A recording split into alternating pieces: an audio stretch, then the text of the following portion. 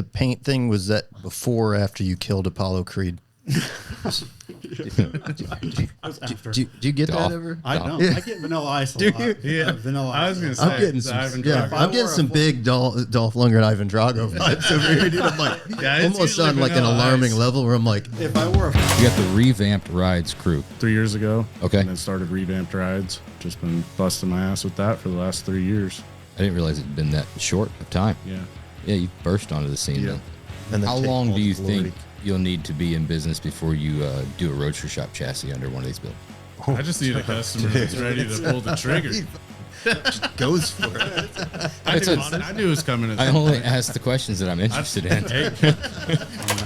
He's always knocking his own work. I'm like, dude, what are you talking about? This is fucking awesome. It's kind of the artist notices his own flaws sort of situation where when you're the one who did a lot of the work, or at least you worked on something, you realize all the flaws that are in it. But if you look at it from an outsider's perspective, you're like, oh, no, this looks great. I don't see what the problem is. It's a blessing and a curse in a sense because it's a good trait to have because you're always wanting to improve on your own work and your own quality. Sure. It's kind of self-checking yourself and realizing, oh, yeah, this was good, but it could have been better. Yep. It's different like when I first started like a career, like it's when it's just me and my wife or just myself, like it's different. But like when you have kids involved and like, man, like I have Mouths to feed. I have 3 of the people depending on me and like this might not work and it's you can't have the mindset like it's gonna fucking work. Like Yeah. he believes in me, he's taking a shot on me, like I really have to fucking like buckle down and really fucking go after it. Because we've seen it all too often with some good cars sometimes, and sometimes not so often. You want to tell everybody how pretty your baby is. Come see my baby. Yep. Look what my baby does. Look at the sounds that my baby makes, and look at the thing. Another thing that I did with my baby is I did this, right? And we did this with my baby, and don't do that. Yeah. If it's a Don't- shitty looking baby, though, nobody cares. Yeah, exactly. Welcome back, another episode of Oil and Whiskey. This week we've got the whole crew, the entire crew. Actually, quite a surprise. Didn't know we had this many people. We had to do a little last minute shuffling. 3 of us. We got the Revamped Rides crew. Go ahead and introduce yourselves. And let's see if the listeners can follow this madness. Dalton Dreesen, owner of Revamped Rides. No big surprise, but I'm Dalton Elliott. 2 Daltons in the same shop. Kind of surprising. Kind of crazy. 2 Daltons. I'm Scott. What do you do? I'm kind of a jack of all trades. Jack of all trades. My background's primarily in business. Okay. Cars were a side passion. And then Dalton took a chance and I've been learning ever since. So if I were to categorize on what I do is primarily body and paint. Okay. Well, and other Dalton, what do you do? So at the moment, I'm mostly metal fabrication for him, though I've been doing restoration for the past 8 years at a different shop prior to starting for him about 7 months ago. Sweet. You don't, by chance, there's no not like a nightclub bouncer, dancer, rip guys' throats out with a signature move or something. You familiar with that, Dalton, right? With the hair and everything? Oh, dude? yeah. Kinda I got think a his mom might have been a big Swayze fan. Both of ours. crazy for Swayze, as they say. That's where the name came from, for at Hell least yeah. me anyway. Hopefully there's no Jimmys around. Grab yours and go just a little closer. Yeah. Yeah, you're good. You don't have to move. You can grab it. You can move around. You can sit back. You can do whatever. Perfect. Yeah, just about right there. You're good. You might have to get just a little closer too. Okay. You'll feel it in your ears. Sometimes you're not paying attention and you can kind of hear yourself, but it doesn't go loud. I didn't want to be eating the mic too badly. So. I know it is what it is. But Yep. luckily you can as you move it around. Yeah. I fidget with mine the entire time. It's a bad habit. I get called out on it. Do you? Oh yeah. People talking Thank shit. you. Vinny doesn't like it. Vinny says I touch it too much. Is that what Vinny says? Yeah, I can see Vinny saying that. I think he was talking about the podcast. Hopefully. Yeah, hopefully. Yeah, Vinny's tough, man. That's a tough critic right there. You guys know Vinny? Vinny's Hot Rods? Yep. Yeah. He's a Ball buster. professional ball buster. Yeah. One of the best there is. Yeah.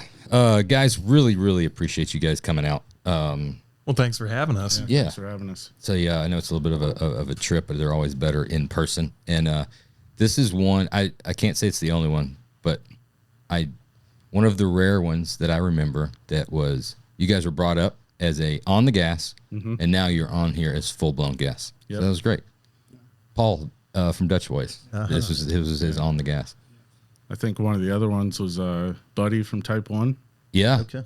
Yeah. Yeah. And that was on the same Not that you're podcast counting or anything. with Joe.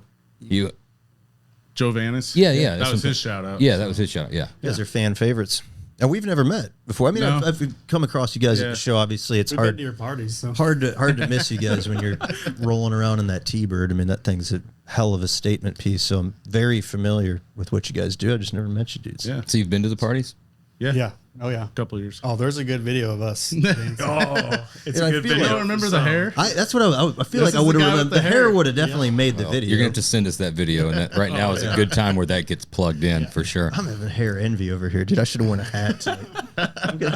we got another hat over here somewhere. I think we should just do different wigs. Different. think so? Yeah, just as we We should have should. wore the wigs. Oh my god. Great, great segue into the announcement. He mentioned the party, so I'll go ahead and get it out of the way. Sure. So, party's coming back. More importantly, Best on RS is coming back.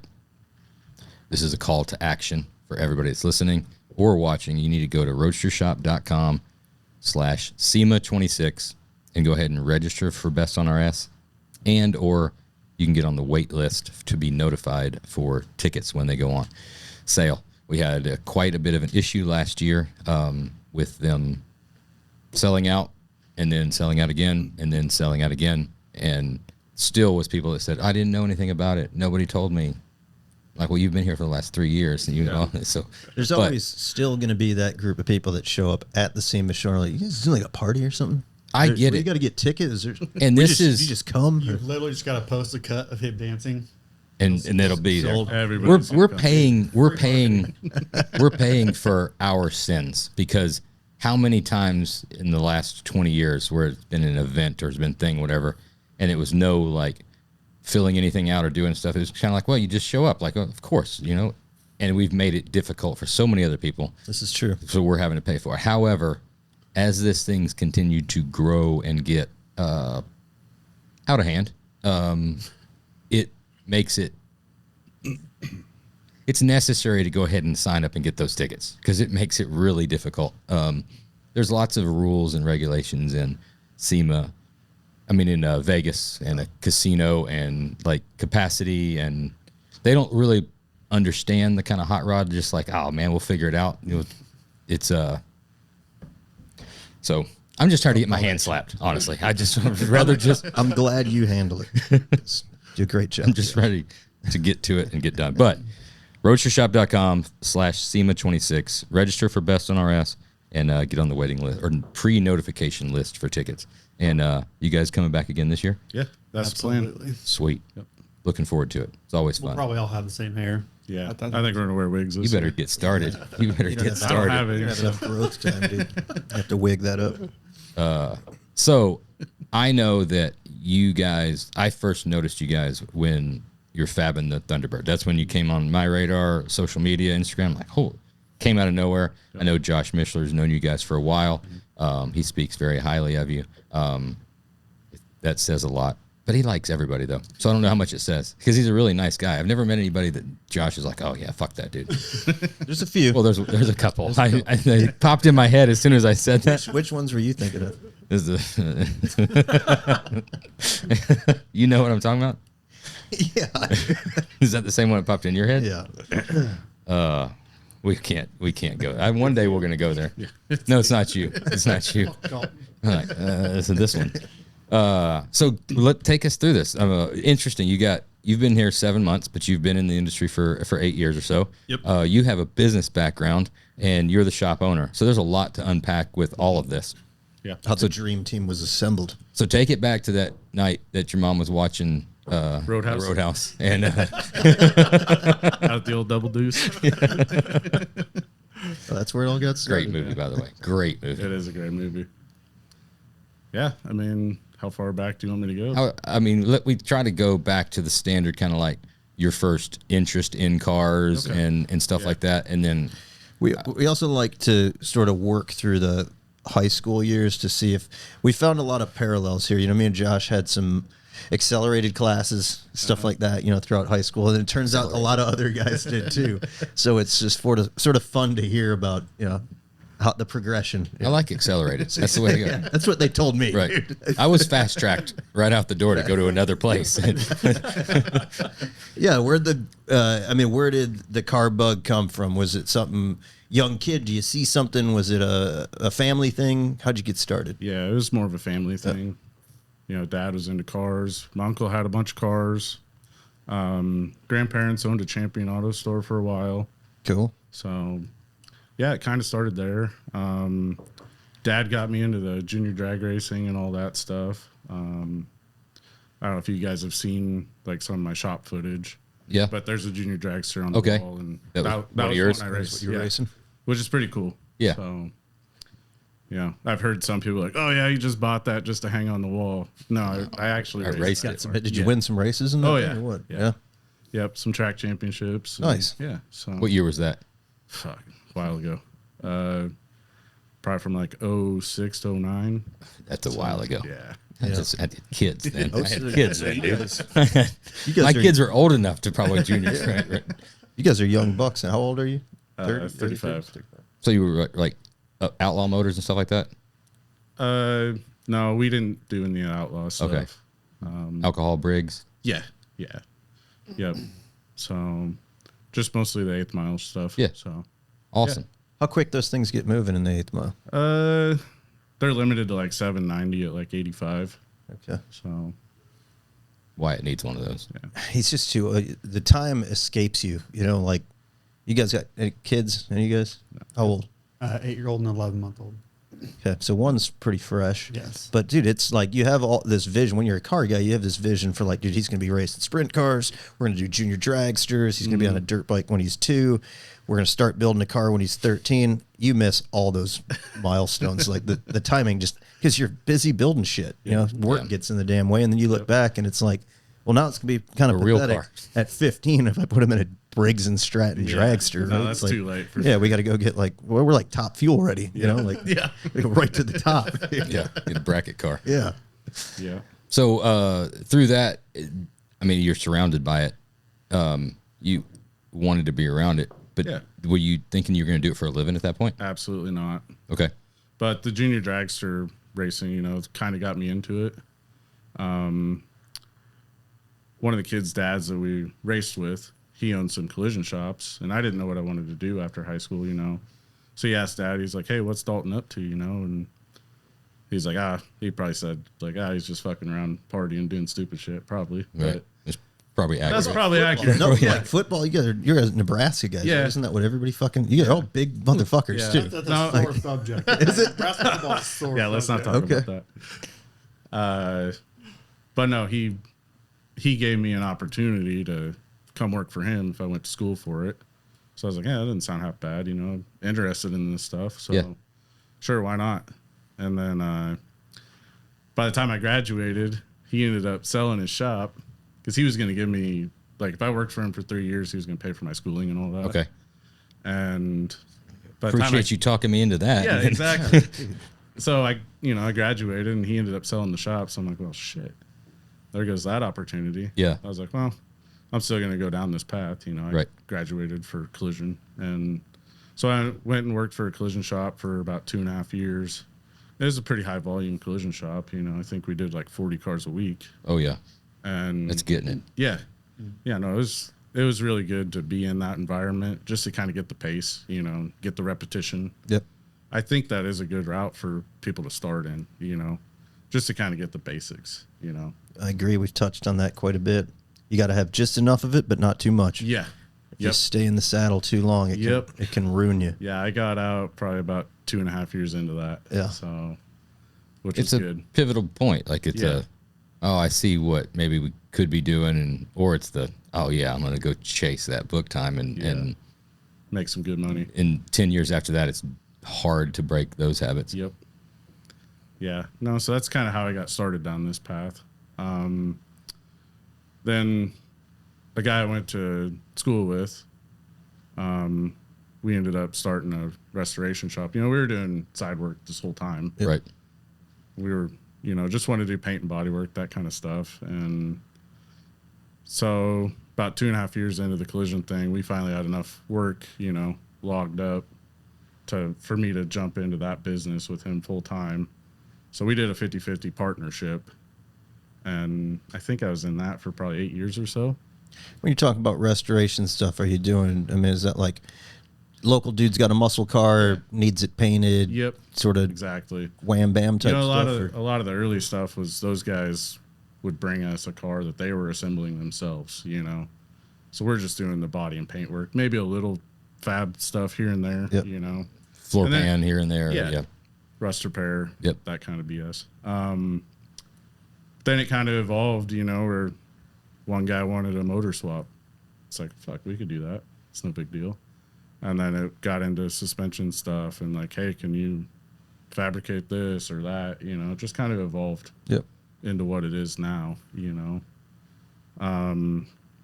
But anyways, I split off from that about 3 years ago. Okay. And then started Revamped Rides. And then just been busting my ass with that for the last 3 years. Nice. So, Damn. I didn't realize it'd been that short of time. Yeah. Yeah, you burst onto the scene Yeah. then. Yeah. And some of that stuff was a carryover from that business, you know. We had split projects and equipment and all that stuff, and all that stuff went good, you know. It did? It wasn't a bad split or anything. Okay. Just two No different bad blood there. two different nothing. directions. Yeah. Yeah. Nothing wrong So, with that. yeah. But anyways, some of that was carryover from that business too, like that 67 Chevelle. You guys probably saw that too, the black one. Yep. Yeah. And then obviously the T-Bird, that's a carryover. Okay. You know, that car's been going on for quite a while. So How'd that customer come about? kind of crazy. One of my instructors had started that car initially. Well, so it has been going on for quite a while. Yeah, exactly. It's been going on for a while, and we ended up getting a different car at one point too, because it just made sense to start with a fresh car, you know. But yeah, it ended up going to my previous business, and that's just kind of how it came about, you know. Gotcha. So He have any ideas of like where he wanted to take it, or it's just Well, like, this is fun, I you enjoy know, this process? initially he was just like, I just want to do kind of more of a modern style T-Bird with a coyote motor, you know. And it just kind of blew up from there. Ben Hermance did Hermance Designs. Yeah. Did a front 3/4 and a rear 3/4 on it, you know, and I just started building that car, you know. And then like all the engine based stuff and a lot of the detail stuff, that's, you know, my ideas and all that. But The customer's just like, well, while Yeah, I while mean, we're he at it, loves let's it. do It's more. crazy. While we're at it, we should also do Yeah. this. The smallest things. he loves it. over He the eats moon it about up. him. You know, he's a great customer. That's great. So Well, I remember seeing it in person after seeing it online for a while. He's brought it to Triple Crown. Yeah. And it was so cool. Just like, oh, hell yeah. Yeah, that's a badass car, dude. yeah, Really is. Appreciate Great it. killer ass metalwork, too. appreciate it. So you split, amicable split. You take some Yeah. tools, you take some business. So you've got some things to work on, right? Yeah. You got to find a building, obviously. Yep. And how many employees? It was just me. Just you. It was just me. Yep. Were you married at that time? Nope. Okay. Girlfriend? Nope. Oh, hell yeah. So you It didn't was have just nobody. You said, full-on work. Ready to roll. I mean, that's what it had to be. Yeah. You know? Like it was just to keep the shop going. when did the first employee come on? How long you been? Maybe 2 years. 2 years. 2 years. Yeah. And you got a business background. Yep. So you bring him in for what? Doing basically whatever right now.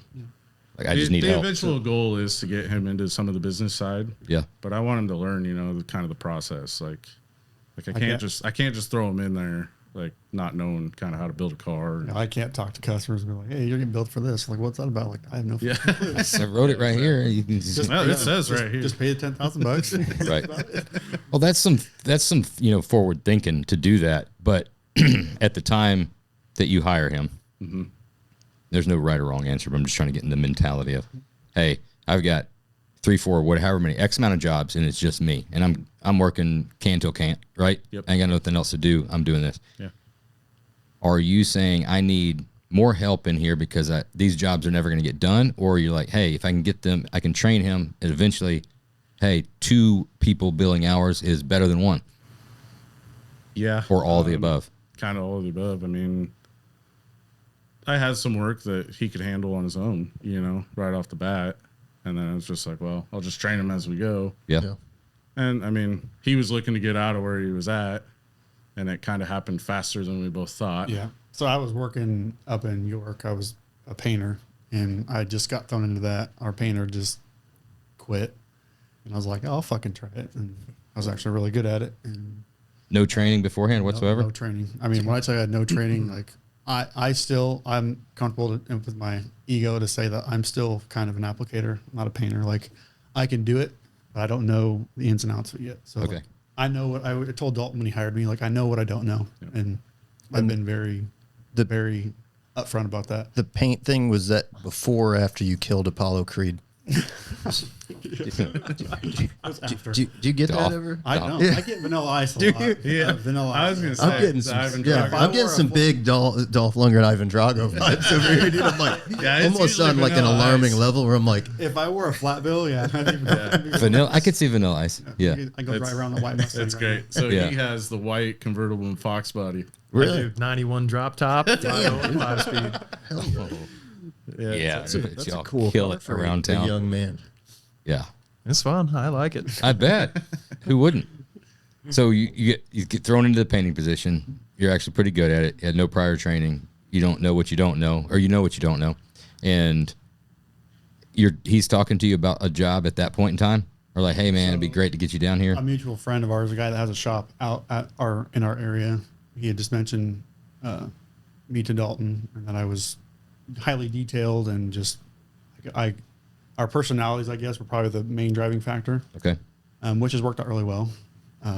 But I think it was more of, I'll speak for Dalton, but I think more of he could see it that I would have the ability to have the eye for it. I just needed the right direction. Right. And I didn't have any habits yet, which you guys already kind of been talked about. Like I didn't have any habits to Good. break.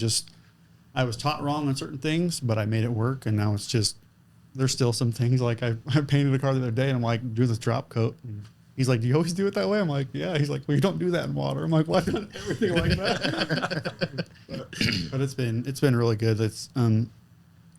I'll admit there are certain things I wish I'd pick up faster, but Dalton also demands very high, which is totally fine with me. It's a great way to learn. Yeah. So he's a fucking dick, but That's what you need, though, dude. Yeah, you know, it how do you get better? Like if you just accept like average, a lot of average people out there. yeah, there's a lot of throwing me into it, and I'll do it, and then I'll feel really good about it, and he'll be like, well, it looks good, but Come in and tear him down. yeah, just fucking. I'm up here. I'm like, I'm telling Oh, it's so telling funny. Diet Dalton over here, like, you know, dude, just like Dalton's gonna love this fucking bodywork. I killed this shit, and Dalton looks at it, he's just like, sets it down. He's like, see, I would have done this. I've done this way.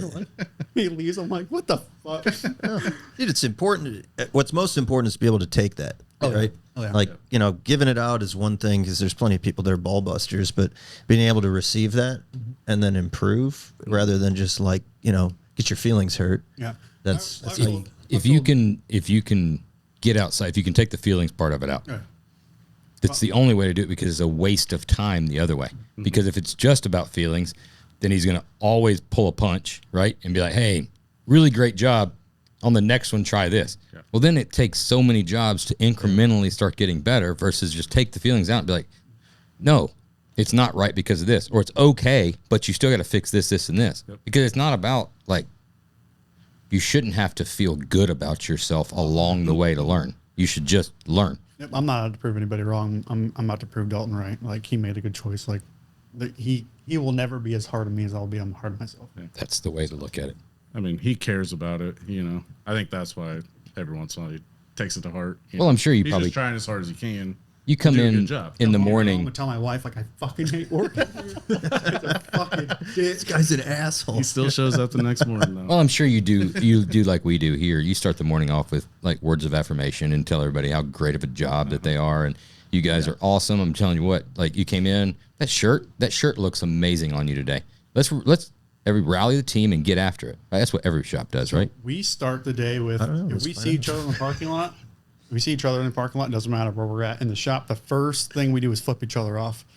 I remember the first week I worked there. Sounds familiar. The first week I started working there, Dalton's walking across to the shop, and I just flipped him off. He's like, "What the fuck?" Ever since then, like, doesn't matter what it is. Just- Well, you know, I can honestly, there's never ever really been like a tense moment in the shop. Like I know I fucked things up, or I don't say fuck things up, but like I know I've cost time. I'm learning, and it's just part of it. But like, there's never been a time where we're like, man, like, what the fuck are you doing? Like, or it's just everybody's pretty like open and like, just, it is what it is. Like, there's no need to get all pissed off or no need to fret. Like, it's not right. It's not right. We just gotta fix it. We just gotta fix it and move forward. You know? Right.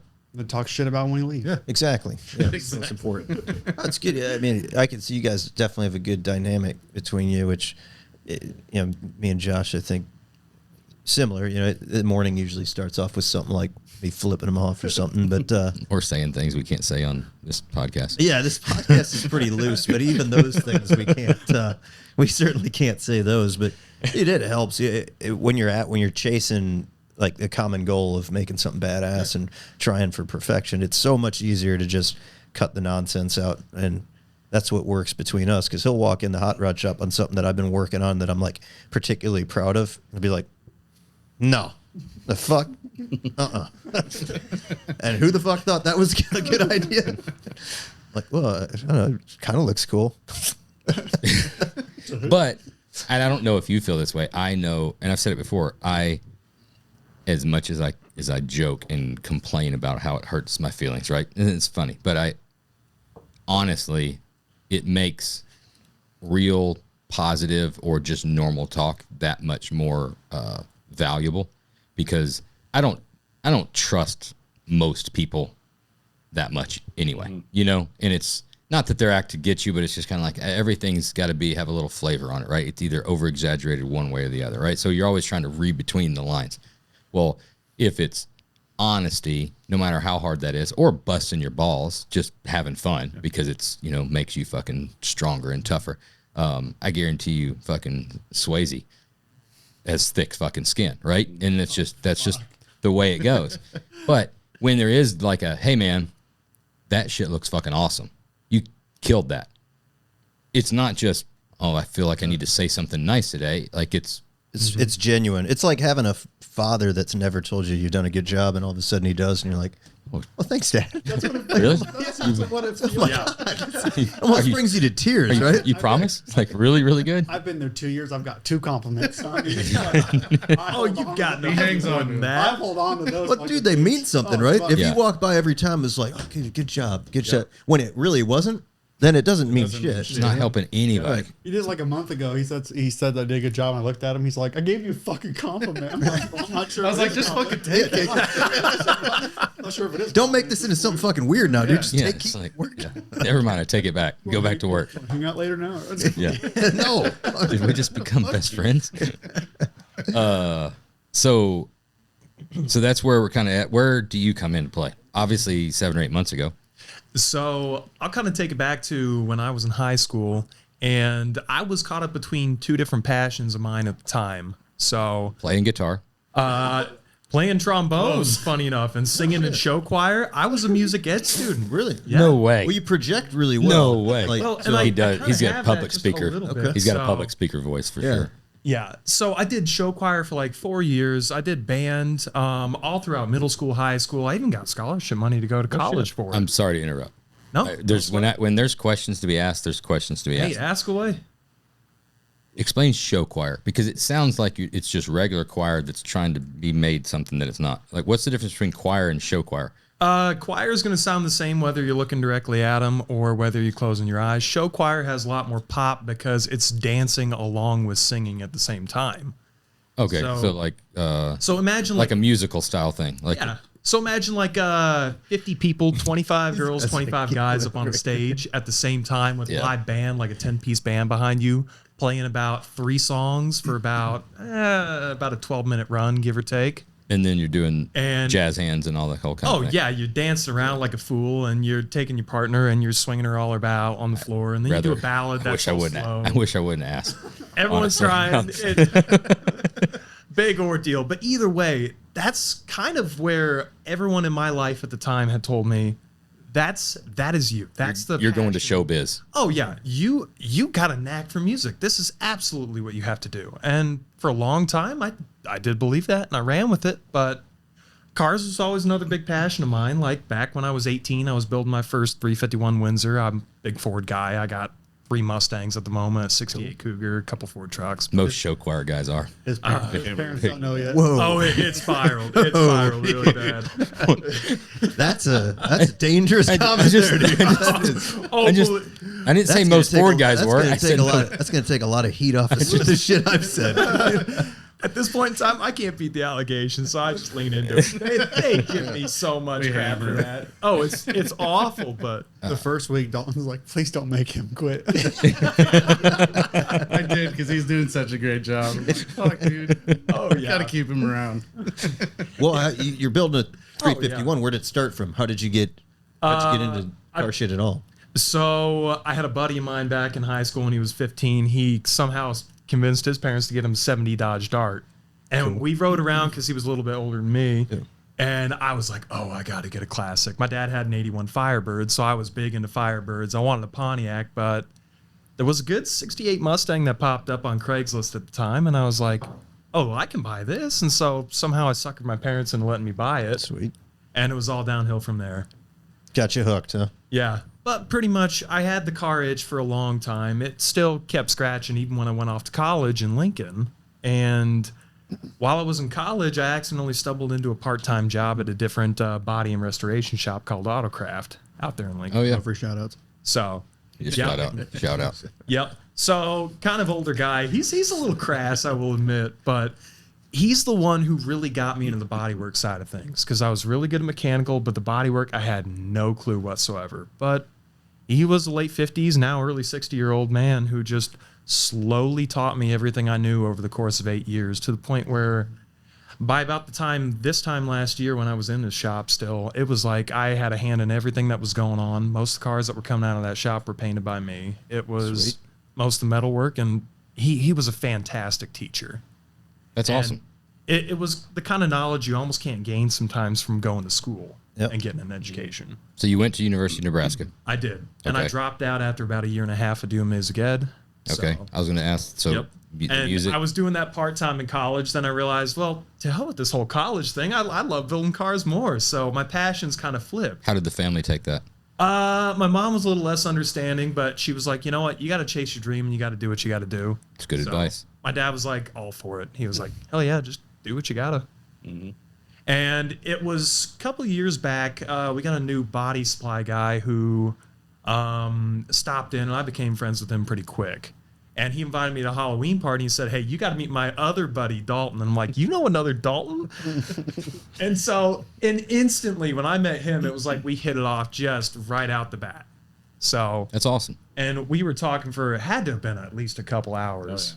And it was like, I think he always kind of kept me in his pocket, you know, just in the back of his mind a little bit. Oh, this guy knows how to do cars proficient. And wasn't until about, when was it? A little after the Wheel Hub show? Probably. Last year? Last year. Probably Yeah. June. Something like that. Well, when's the Duncan car show? It was around there. August. Okay. So maybe it was July. Dude, this his voice. He's got the greatest personality and best voice on here. I It's could just fucking listen. throwing I'm me gonna just off. sit here. I could listen to you talk. We might replace Josh. Do it. Let's get him over on this side of the table. I would warrant it. He kills it. It's so crazy. You are too kind. It's the best. It's the best voice that's ever been on this podcast. So what was? I mean, I'm hammering the music thing because I'm honestly. No, yeah. When it goes, when there's things that we haven't talked about, or there's things that you're generally interested in seeing the answer to. That's how you ask a question when you want to hear the answer. Okay. What was the plan if you would have stayed with music ed? Like, what's the job plan? So there's a couple courses you can kind of go down, like directions. It's either you're really stinking good at performing and you go into performance and then you build on it from there. Or the traditional route is mostly you go into education and you do performance on the side, mainly to make up for a little bit of a lack of income, depending on the education side. Yes. You can make a So bit you're- good money going to You're university educating yourself in preparation To educate. to educate others. not making money in education. For making like maybe $45,000 a year. You see how that perpetuates And itself. it kind of hit me pretty fast that I was like, okay, I understand I might be a decent teacher, but I don't think I want to do teaching for a living. It's nothing against it. I just was like, well, I'm at a point in my life where I want to do something rather than try and teach someone else to do something. Is there a pro show choir? There is, actually. So, like UNL, funny enough, yeah, it's so funny you asked that. I thought it was gonna be funnier, but it turns out it's Like travel, I asked travel him the show same choir. question. It keeps going and keeps going. so there is pro show choir. There is. Okay. Yes. And a lot of that usually stops right after college, but there are like other avenues you can go down for like pro show choir things, but it's very untraditional. There's You a don't see it often. adult show choir, Yes. like but at Branson, Missouri, and stuff like that. Yes, pretty much. But it's more or less just for entertainment purposes. Like, oh, we need a choir to perform for this festival, or we need this for that, or it's pretty one-off jobs. more Can or you less. clog? No, I can tap dance. I can't Okay. clog, but I'm not very good at tap dancing. But I can do it. Okay. I'd fucking do it tomorrow at work. I swear. Oh hell no! I threw my tap dancing shoes away 5 years ago. So trombone, trombone's So not a main. I know what trombone. Yeah, My dad played trombone. Oh, okay. Did he really? Yeah, it. It was I a happy didn't think it was accident. cool then. I never met a trombone player. Yeah, my dad was trombone. He tried to get me to play trombone. It was a happy accident for me. Trombone's the big because- fucker, right? It's the long It's one the one sits with up the on long your slide that you sits see up on going your in and out. shoulder. Yeah. time. Okay. Yeah. Got you. Now, Tuba. I was thinking tuba. Tuba is the big one, yeah. Now trombone and trumpet together in some great songs. Oh, yeah. You're like, oh, that's cool. But the doing it, I took a way cooler instrument to play. I had to He deviate. played the fucking violin, dude. Yeah, I forgot about that. Played the violin. Yeah. Oh yeah. That is fucking. Okay. Honestly, it dunked on the trombone. Oh, that I don't know, dude. anything. Oh, dude. I don't know about that. Yeah, it's cool. I don't know. It sounds lame when you're from like a middle school mentality, but after that, it's like, okay, no, that's kind of fucking sick. I Wait like a sec. that. I was doing it in middle school. I yeah, didn't that's think what it was lame then. Well, that's what well, I mean, That was super violin lame. kids don't think it's lame, but No, it's, my dad. Is there any VHS of your recitals? Is there like a I young, don't know. a young Josh? My mom would have had those. Did you get the whole thing going, like where the head's shaking? Well, my dad was a preacher. My dad was a preacher. Oh, so really? grew up in the church. So it was very musical, right? So he played guitar, bass, trombone, and my mom played piano. So like growing up, that was just a thing. Like you're going to learn Yeah. something. And I was like, I'm not going to learn any of that. They're like, yes, you're going to learn that. And it started with piano. And I was like, not for me.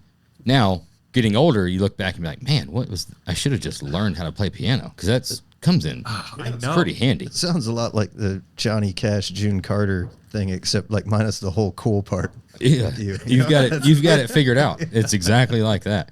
So then it was to trombone, and I was like, no. And I remember him getting me a trombone. He was like super excited. You're going to learn how to play trombone.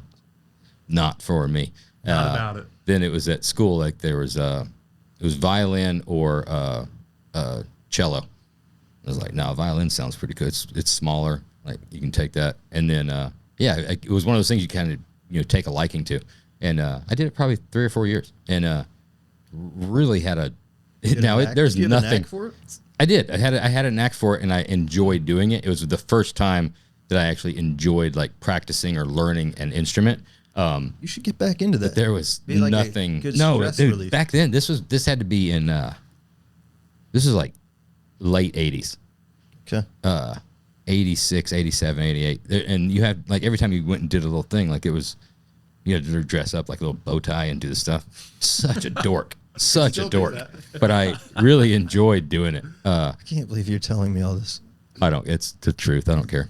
It's no hiding it. But anyway, I have the trombone is not something you come across people all the time musically talented. I play this. I play this. Not a lot of trombone players. Not a lot. Even when you go to see a band or whatever, it's not like yeah. a huge line of trombone players. Well, and it's not a huge line because you got the two polar opposites on both ends where I almost fell into one of them, but it was because I couldn't play the trumpet. Like my mouth was physically too big to play on a small mouth. Oh, And the band director handed me a trombone size down. I can make a tone out of that. And he said, okay, play this. If you're interested in going back to trumpet, we'll try it again, see what happens. But after that, I stuck with it. And I was like, I kind of like this. This is actually my instrument. And I liked it because it was different. It wasn't something where you had a line of 20 trumpets and you had like 3 trombones when I was in middle school right. band. You played drums, right? Yeah. The drums is. Way Pretty fucking cool. Way right? cooler. Like, I'm not making fun of it. That takes some coordination. That's I can't agree. do that. There's no I can't do the okay. I can't play drums, so obviously, but I can't even fathom the different I played bass for electric bass for a little bit, and just learning those, went bass to not go guitar because there was only 4 fucking strings because it was easier. Yeah. There's a lot of the hand-eye coordination and like on times, but the drums are crazy. I can't even imagine what the footwork added in there. It's like Yeah, double can't do bass it. pedal. You can. It's like heel toe shifting. It's like driving. When's the last time you played? Oh, it's been years. When I moved out of that last house, I sold the drum set I had. You gonna get another one? I think I will eventually. Just mostly because I like the vintage Ludwig, like metal flake sets. You like the look of them? Yeah, just because they look like hot rods, you know. Yeah. So it'd be just cool to. Any instruments? Nope. Now, these dudes are over here. They're like, "This is where this is fucking going." What the? We've scratched. I was good at sports. We've scratched the itch. We laid the baseline. This is episodic. This is just how we get to know each you other. build the characters, right? We've built the character. So I was good at sports. It's so funny to me because it was so funny when he asked me to like come and work for him. It was I bet show choir was funny to a lot of people, Oh yeah, not just you. it was funny when they found out too. They laughed about that. Was. Still is. You assholes. I don't know. If I knew you better, I'd probably go harder. But I'm just trying to kind of be nice and just let it. He's too nice. I mean, You can say You can that. leave. He can handle it. There is nothing handle you can say to me that will careful hurt my what feelings. that's Oh, untrue. No. I thought I had thick skin. I've heard it all under the sun and then some. So there ain't nothing. What did you were No, talking? don't. All right. So now with the fucking No, don't. I'm just. if Go ahead. if there's no guardrails, you talked before. You talked before about your mom was super understanding, but was not. She wanted you in school. And your dad was like pretty stoked about you pursuing an automotive career. Did you ever think about the fact that he finally he's like, great, my son's not gay? Like after being like a joke line, he must have been like, oh my god, honey, Hey, no, you first. thank God. yeah, go work at fucking Jiffy Lube, dude. Oh shit! You want to ride a motorcycle? I'll buy you a motorcycle. I don't think he ever once worried about me being gay. I had chicks all over me, left, right, and center in high school. It was ridiculous. Well, that's true. They do dig that kind of when you're outgoing like that. A little bit. Girls are attracted to that for Yeah. sure. No question about it. No, I don't think that was ever a question in his mind. But I think So I fucking held that one. I- It was like a sneeze. Your head was gonna explode if you did. Oh, that's perfect. I'm glad you asked that. Yeah, That's I'm sure you are super happy he asked that. All right, we're hot rods and metalwork. we're wrapping it. We're bringing it back full circle. Okay, so learn from Autocraft. Great. You met a friend. You had a friend that knew him. Y'all went and talked. You weren't looking to change positions at that point. No, and honestly, the thought crossed my mind at one point when about a year ago in the 2025 Wheel Hub show, he had an open house, and he invited me to stop out, just check it out. And I was like, I was just enamored by the place. I was like, you got to be kidding me. This is the kind of shop you can work in. And I mean, it wasn't to say anything bad about my last boss. It was just, it was tighter quarters. It was a little less lit. It was just what it was. But that's all I was ever used to. And to go to this like pristine, clean, like almost brand new shop. And I'm like, holy crap.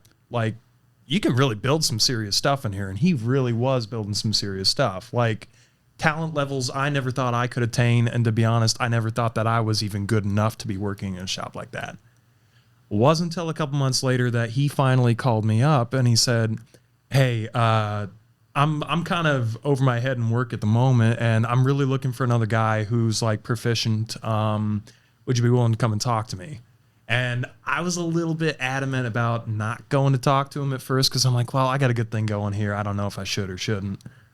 But I gave it a chance, and About 15 minutes, probably. about 15 minutes into talking, I'm like, He's like, yeah, I'll be right over. It was Was there a level of intimidation that made you reluctant? Or? absolutely, because I mean, it's hard to believe in yourself sometimes when you've never done something. Yeah. Even though when you look back on it, you're like, I cannot believe I ever felt that way about myself. It's just, it was a growing experience for me, that's for certain. The last 7 months has been some of the greatest growing I've ever seen in myself, but at the same time, it's he pushes me in a great way. It's something I've never had before, or at least I haven't had for a long time, and it's good to kind of see myself get off of my plateau and actually keep aspiring to greater things. Yeah. Yep. And the work you're doing, mostly paint body, fab now? What kind of... At the moment, it's mostly fab, since we got about 3 cars that are in the metalworking stage at the moment. So nice.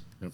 I'm pretty proficient with running a welder and making sheet metal stuff, so it's where he has me at the moment. Sweet. Yeah, it's a good fit for him right now. So yeah.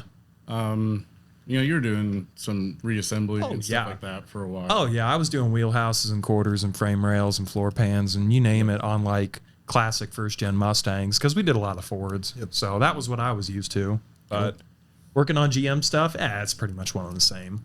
Yeah. And the level of fab work, like the stuff I've seen on the Thunderbird, I mean, that's about as good as it gets, right? Is that your background? Are you the guy that sort of paved the path for this is the standard, this is the type of work we're doing? Yeah, I mean, that's my standard, Yep. that I'm trying to do. And I want these guys to uphold that, Sure. But they're still learning, so I keep them on stuff that they can handle, Well, and he's getting there. I mean, Yeah.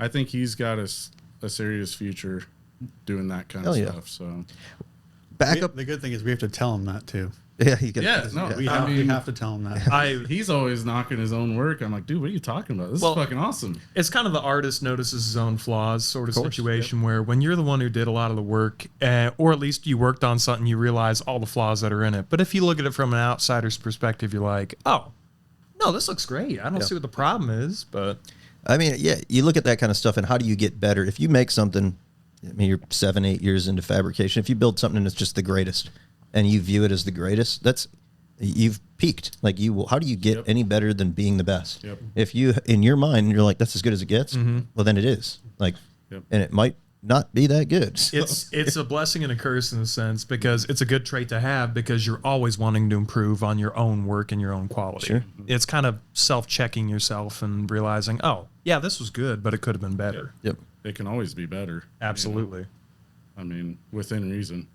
So to back up a little, how did you get to that level of fab work? Because coming out of, there's a gap there between you were doing some restoration stuff on the side to like doing what I would consider is like at the absolute top level of metal finishing fab work. I mean, that car, there's so much in that, like, and even like the bare welds exposed, you can see how you got there, which is pretty cool to see because the raw fab work's incredible. I remember seeing 3D printed parts on the car, machine parts on the car. That's a big jump from like doing side work. Yeah, it was a big jump. How the hell did you get? Did you just have a knack for it? I just watched a couple Ron Cavell videos. Did you? Yeah. I had to dig up a VHS player and a piece of cake, right? No, I don't know. It's crazy. Like, I don't really take a step back and look at it very often, but if I do, it's kind of like, holy crap, I can't believe I did this, Sure. I mean, a lot of my learning has been on that car. Yeah. Well, like even I'm looking at it behind you, look it over here, the weld pattern right there. I mean, just that in itself sort of tells you a lot about a guy versus somebody that just gets after it and there's fucking heat all over the place. It's just and not consistent. Yeah, like you can tell there's a lot of consistency in that. Yep. Where'd you pick that up? I mean, versus like I'm just gonna weld this versus like now I'm gonna put a big gas lens on here. I'm gonna weld a little bit. Well, what was the first one you did really bad? The first TIG weld panel, you're like, oh, this is not the right. Shit. Every single one that I do.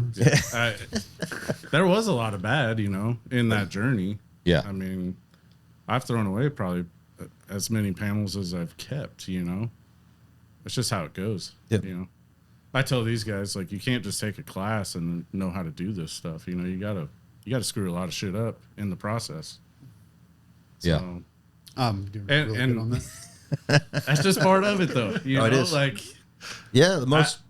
I always tell them that, like, hey, like, You learn more from your mistakes. you do. I than hang, anything. I hang on to the comments when he says, I've know people that have been doing this for a lot longer than you, and it doesn't look that good. So I hold on to that kind of stuff. It's another compliment. Yeah, I mean, he does have some talent too. There's hidden comments. There's hidden compliments. Well, and that's true. And those people probably didn't get the same level of, critique or harshness where it's like, oh yeah, you're doing pretty good. You're doing pretty good. And that's where I said that they've been doing it a long time. Yeah. They've progressed at a lot slower pace. There's never been I think there's only been one time when I wouldn't say me and Doc got mad at each other, but where I went silent because of what he said to me. But we were fucking. Was it on the? Yes. Was it on the welds? So we were getting that car ready for wheel hub because we were gonna drive it. Was it wheel hub or was it the indoor show? It was for the indoor show. Yeah, it was for World of Wheels Omaha. Yeah, we were trying to get the brakes to work, and it was. And we were thrashing. Yeah, Like he didn't sleep for a fucking week. Yeah. And he had just finished welding those, and he had told me, like, hey, let's clean the body up. we're going off like 4 hours of sleep, and I'm going out with the DA sander and Gibbs oil, and I cleaned up the car. And he's like, don't hit the Burned weld. off the fucking Like, heat zones up. I did burn him off. I faded to one side. He came over to me. He's like, running the DA over it. and I'm like, he comes over. He's like, dude. He's like, I fucking trying to do this. Like, pay attention. I looked at him and I just shut down. I'm like, I better keep my fucking mouth shut because this is gonna get real bad real fast. Yeah. And about an hour later, came over. He's like, I'm sorry, I got mad. He's like, I'm like, I get it. We haven't slept. Like, fuck, it was a fucking nightmare. That was the worst week. Those ever. things carry weight when you respect somebody, and you go back to that, like your dad telling you good job sort of story, right? It means just as much when your dad got on your ass. Mm-hmm. Like if you have respect for that person, it means something both ways, right? It's you carry it. You probably won't do that again, right? It's good to receive them both the same way. You receive an ash chew in the same way you receive a compliment. Yeah. Yeah. 3 years now. 3 years you've been doing this. Now, what's your vision for the shop? What do you want it to be? Just to build badass shit. I mean, at the end of the day, that's what I want to do. Do you envision doing everything in-house at some point? I mean, I like to have control over a lot of this stuff. Within reason. I mean, we'll probably always do like fabrication, body and paint work in-house. But we're not doing upholstery work or chrome work and all that, Yep.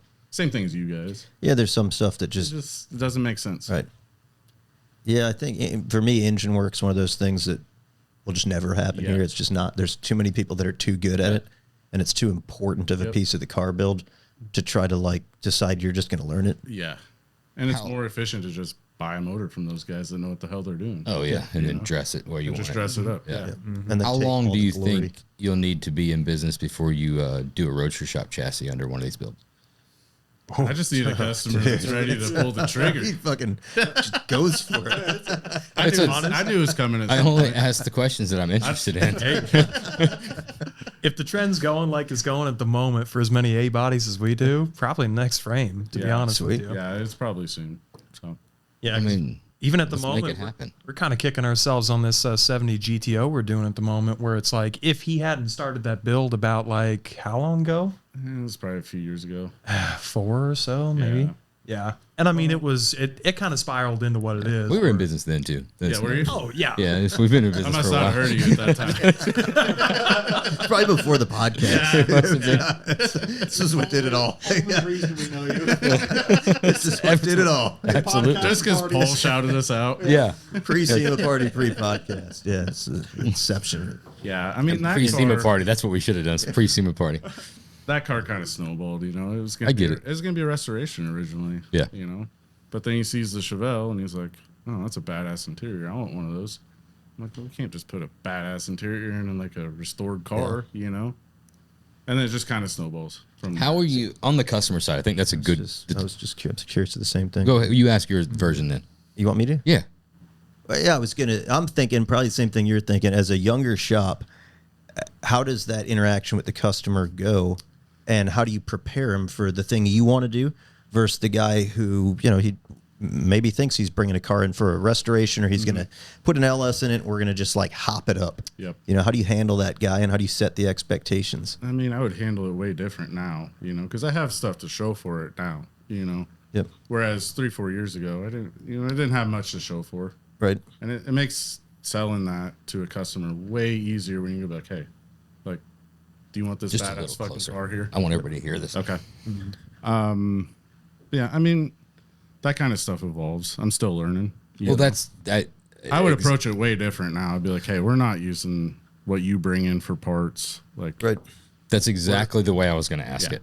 Because And- I've had a lot of those, you know, the customers supplying parts, and it's just like, but you have they've already paid, you know, tens of thousands of dollars for all this shit, Right. And it's like, I can't just throw that in the trash, you know. He's at the stage. I don't speak for him. I think he's at the stage where like you kind of have to give stuff away and give in to get the 100%. to get it going. Yep. this is so. And then the next year or so, it's gonna be like, all right, this is what the standard is. Like, we're gonna do this, but we're gonna have a real shop. Like, we're gonna take all this extra work out of the equation. This is so interesting, and probably the only time that we've ever done this on this podcast that is literally at the moment that we always reference back to. Right, you're living in the moment, and Roger and Troy do a great job with their business development class, right? Yep. And you know, there's some things that they do a great job. I've said that twice now. It's 2 compliments. Yeah. Followed up, Same there's- compliment, just said twice. Said twice, but this counts as 2. We're gonna count it. We're gonna count it as 2. Okay. Now, there's some things that we differ in opinions on about the actuality of getting one specifically on the donation. Yep. Right. I agree with you guys on that. Because in concept, and it's a great way to teach that don't do it. Yep. Right. However, there is a time when all of us had to have done it. Yep. You're at that point and that transition. What's why I was going to bring up the customer thing. What have you learned through doing these and with the great customers you've got? One, so not even the donation part, because that's been talked about. It's pretty simple. It's customer comes in wanting to do X. The way you've got that body of work to show for that you just talked about was by donating all the stuff to get that to that level, right? And you did what you should have done. Yeah. Bottom line, they've got to amend the curriculum. Schools do it. They got rid of Christopher Columbus Day. It's Indigenous Peoples Day now.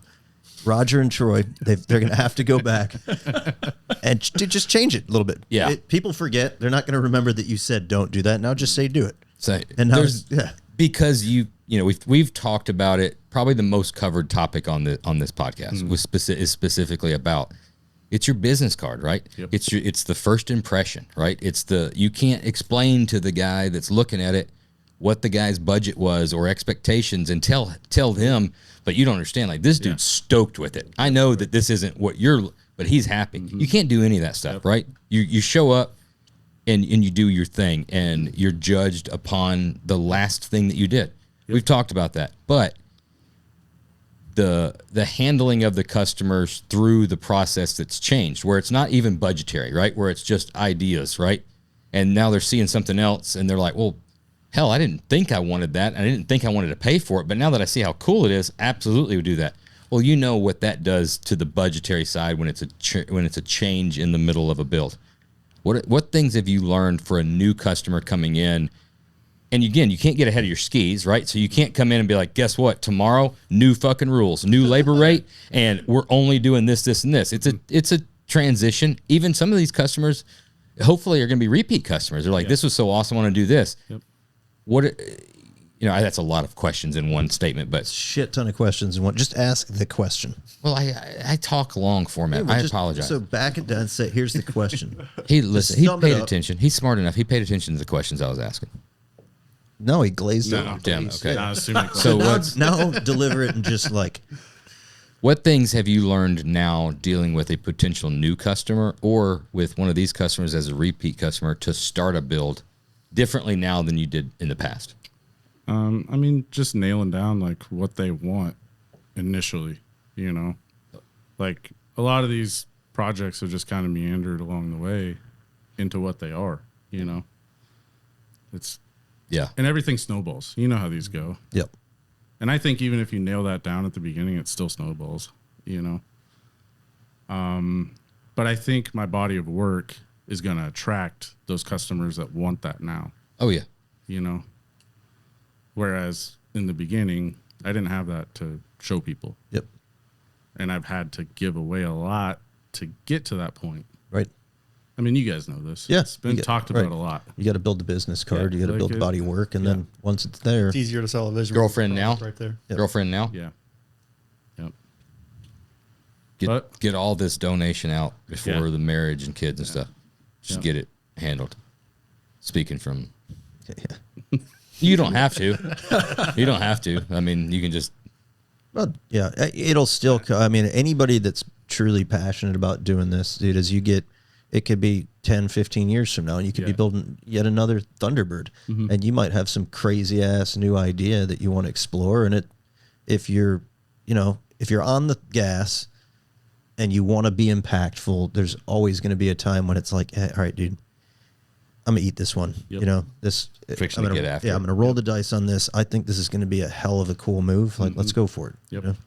No, I just agree the way with it that goes. 100%. Like, if you want to push boundaries, you're gonna have to give something away because Yep. these customers don't always want that kind of stuff. Right. You know. And We will. do. I'll go back to. I agree with Roger and Troy on the premise of what they're saying, and we're not saying just donate to donate, right? Yeah. And go think. Yeah. If make it a smart business Yes. decision, right? You think you're going to get an ROI on that investment in that new crazy thing or that new technique or that new design, blah blah. Make that investment in yourself, right? It's not giving it away for free, and it's not. It's not. If you look it's at an it that investment way, in yourself. I mean, what would it cost to generate an ad? Take an ad out in a magazine. What's it going to cost you? What's it going to cost you to do a sponsored ad on Instagram? Do a video? It's marketing that costs money. Right. Look at it the same way. I think what we're talking about is going to be like a perfect example of what the Le Mans build that we're doing right now is going to like. Exactly what we're talking about is exactly what that car is. There's a lot of firsts for Dalton. Yeah. That are really going to probably put the shop on the map. I mean, I know people know about Thunderbird, but that Le Mans is really going to. You got a chassis under it already? We do, sadly. That one's already almost finished. Oh, okay. It's at upholstery. I got you. We'll What year?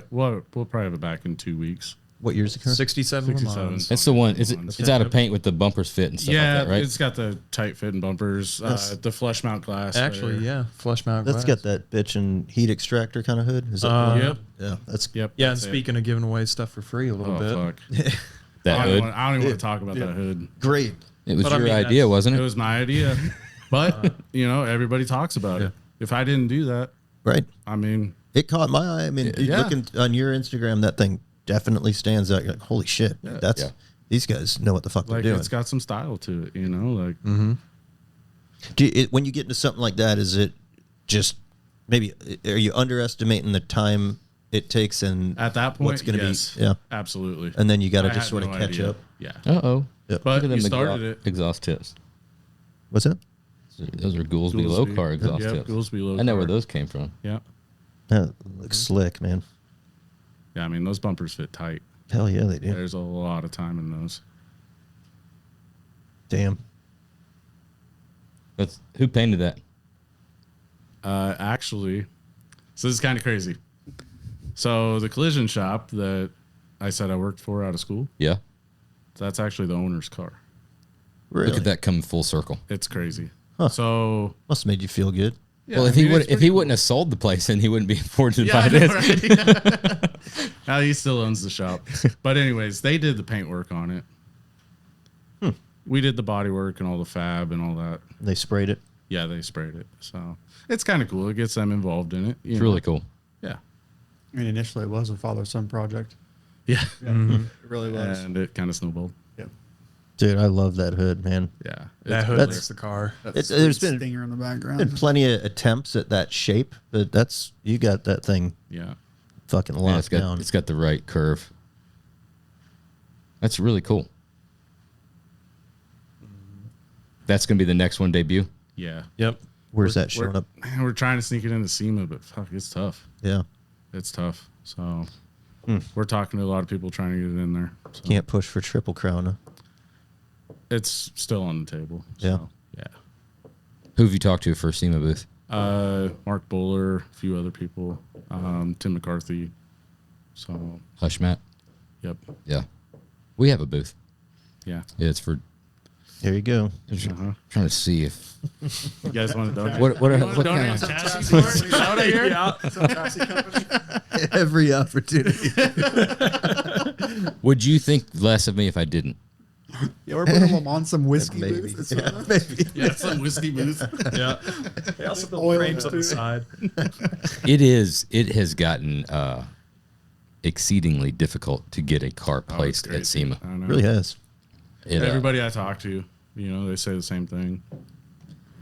It's I mean, not to I'm not saying making a comment about the chassis side of things. I've given you enough shit on that, but in all actuality, that was the reason that we did the booth last year, and we're going to continue to grow it is because there is so many customers that we look back about it's never been like you just show up and you can get a booth. It's not like it's always been easy. However, you had way more options, right? You had even companies like coming after you to get your cars in the booth. And now like every, consolidations and downsizing and stuff like that, there's just not as many spots. And I think it's a horrible thing for SEMA. It sounds like it's a cost factor too with like floor space and all that. I mean, I don't know. People have talked I'm sure manufacturers, companies take that into consideration on their booth selection. Booth's got to be X amount of square feet to get a car in it, and it's not cheap. We did the opposite. Yeah, we did the opposite. Well, the cars, I mean...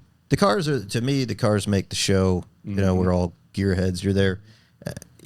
You can only walk around and look at car parts for so long, And the best way to look at car parts is on a car. I want to see it used. Like, even as we go through that, this year, we're probably not even going to bring out any physical chassis because... I think at this point, you can go on the website, you can see people know the level of fabrication, but what better way to see it? When that thing's done, you're not looking at the chassis. You're looking at the finished product. Stance. It's And how it underneath the sits. car. show how it you sits. what can be built on top of it. So It's not what it is, it's what you can do. it's with like, it. I mean, dude, builders aren't there showing their fucking houses in studs. It's like, come to the show. Let's look at this. Look at this framed up rough ass car. It's like, no, you want to see the finished house. That one's gold. That's that one's gold. Analogy. It's the reality of it, though, man. But it's hard. It's hard. I think we'll have we'll probably end up having 9 or 10, maybe a little bit more. But to that point, like I bet you we had 30 plus applications, close to 40 of people, hey, debut. I want to debut the car. And I'm trying to get a booth, and it's difficult. Yep. It's difficult. It sucks. I mean, we've had people from SEMA on and talking to them. We're going to work on more things, but something's got to be done there to show more options of what these cars could look like with these parts on it. Yep. It's better for the industry. But Josh is a great liaison for that. You do a good job of, rubbing elbows with those guys and talking to those guys. I just keep to myself and just stay in my own lane and let Josh handle all that kind of stuff. But that's you got to plant seeds when you can plant the kind of seeds. thing that you do well with. So Like a farmer. that's right. And then they Sowing my wife. beautiful crops. So hopefully SEMA, if anybody's listening right now, you guys need a spot for Le Mans at SEMA. That's what we're hoping. And it'll be ready. Yep. They debut. 100%. I mean, the car already runs and drives. It's about done at upholstery. Honestly, the industry needs to step up. it's Like just- this is They do. they're trying to promote the youth. They're trying to promote new shops. They're trying to promote all this kind of stuff. Well, put your money where your mouth is. I see people all the time, manufacturers, vendors. Oh, we care about the youth. We care about that. Well, then guess what? Yeah. Do something about it. What's on the car? I mean, who's motor? Who's trans? Do you want no suspension too? No. I don't. Probably not. Maybe they got a boot there. I mean, honestly, yeah. What's underneath it? Who's It's interesting that they didn't give you a spot. Yeah, but the hey, difference is in Well, the company. Maybe this could help. gauges, paint? I mean, there's a lot of things that maybe somebody's listening that's got a spot. And there's a lot of companies that, don't have the booth space Right. that are on that car, but Yeah. they're on everybody else's car too. Yep. Like Yeah. Dakota Digital and Yeah. Vintage Air and all that kind of Yeah. stuff. Dakota Digital and Feel Vintage free to Air. shout out. This is a shot. This is going to be a shot to Rick and to Justin. Oh, okay. You guys, no, you don't probably need it, right? You got great products and everybody uses them. Maybe upsize that booth a little bit. Maybe make that booth just a little bit bigger. I know you got small products, right? but make a little bit bigger booth and promote a shop. Throw some love out there to the industry. Yeah. They're not going to like that. Call to action. They're not. Call to action. Call to action. Not going to happen this year. Booths are set in stone. But, I mean, hey, come on. You've been in that same little 10 by 20. You guys, step it up. Let's bring SEMA back. Let's make it Yeah. Great again. I tried to. I got hung on it, and I was like, Said to finish it. I know. I knew it was wrong, and did it anyway. Well, it's a good way to. That's good. I mean, let's be honest. Having some of these banger cars in the booth, it is absolutely an attraction. It draws people into the booth. Oh, yeah. And you can get there's a lot of people are going to walk right past that. I mean, look, Vintage Air is a phenomenal product. It's in every car we build. Is it exciting? Yeah, probably not. So wandering past the Vintage Air booth, shit, how many people are going to stop to look at that plastic box that's up there, even though it's a beautiful plastic box? Yeah. But they do a great job. yeah, having a vehicle in the booth, Have some it eye helps. candy. Yeah. I also don't. I mean, we're going off on a tangent, but I think it's important. I think that I don't know how many people, especially from the manufacturer standpoint, understand the intangible of the excitement around a show, predominantly SEMA, but there's a couple of other big shows that do the same thing. Columbus, Good Guys being one of them.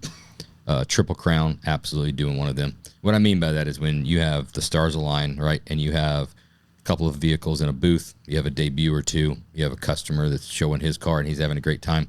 Well, in your shop customer, ecosystem, you've got another customer that's down hanging out and stuff like that, and you're building something for them, or you're talking about that excitement that gets built.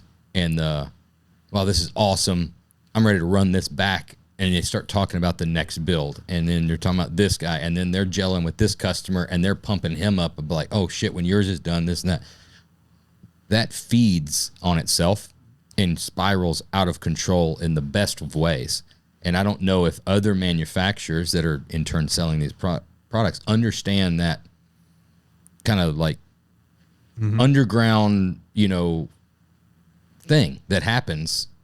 And it's great for the industry. I mean, you know what I'm talking about. Like you get where it's everybody feeding on the excitement and ready to we've got exactly 364 days before this happens again. One. Let's get talking about something. Or the project that you're already doing, now they're ready to ramp it to a whole nother level, right? And this is going to be a cool car, but we're coming back next year and we got to step it up because we've seen this, this, and this.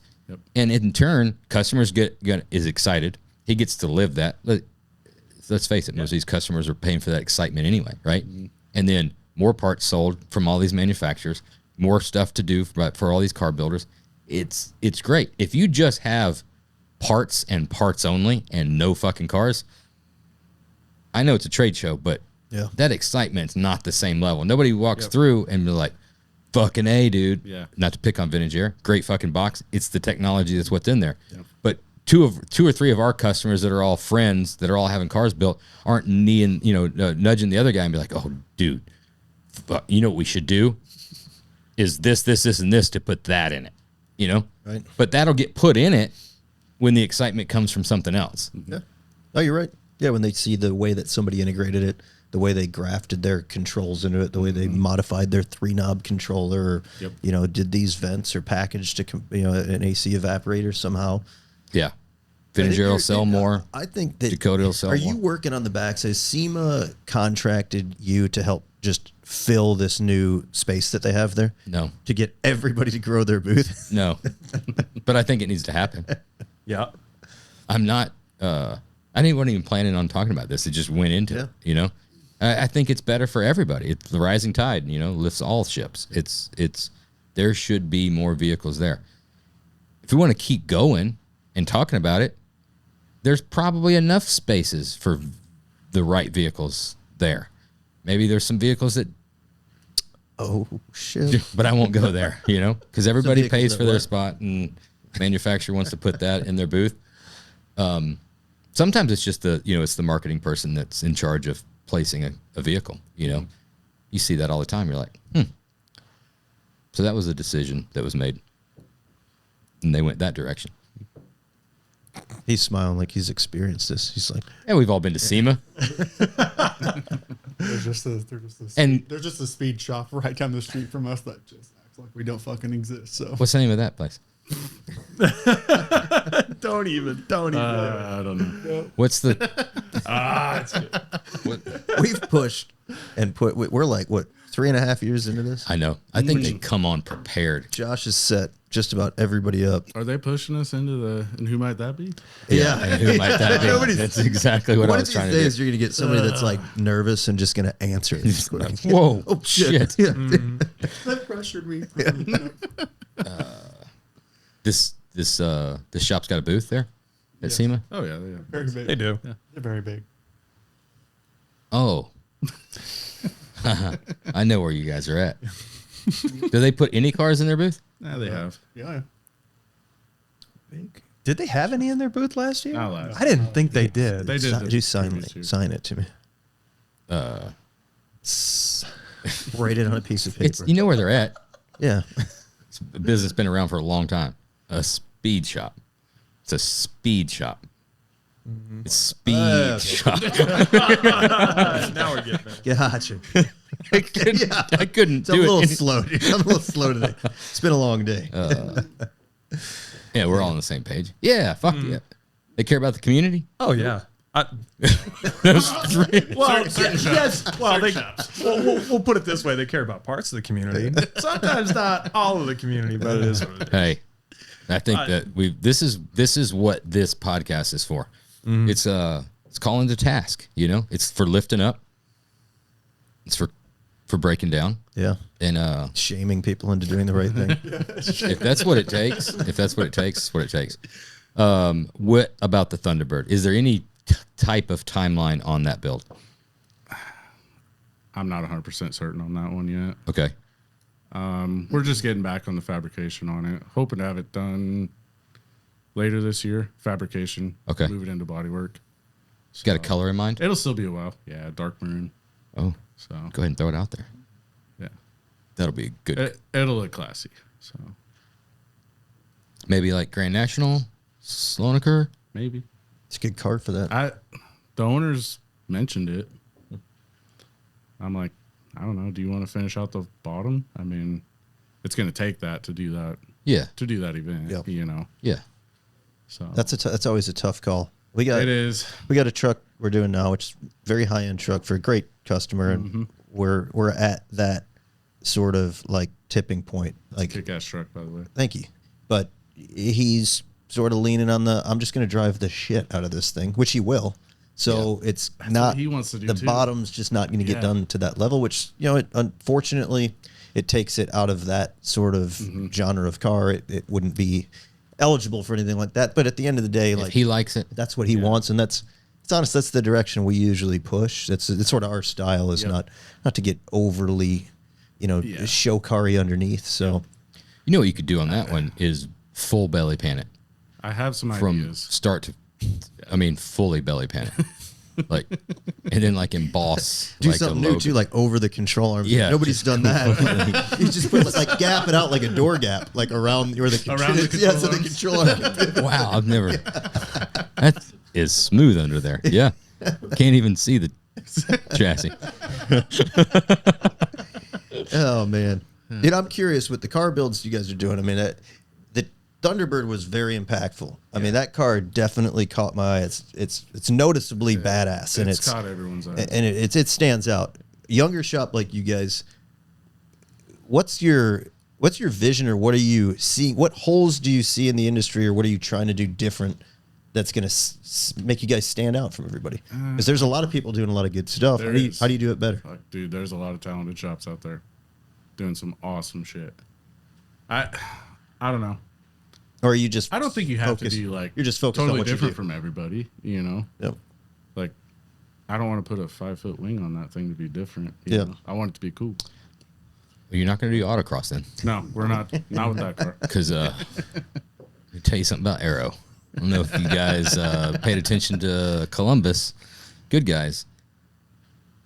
I didn't even see any of The the autocross. wings have taken over. Yeah.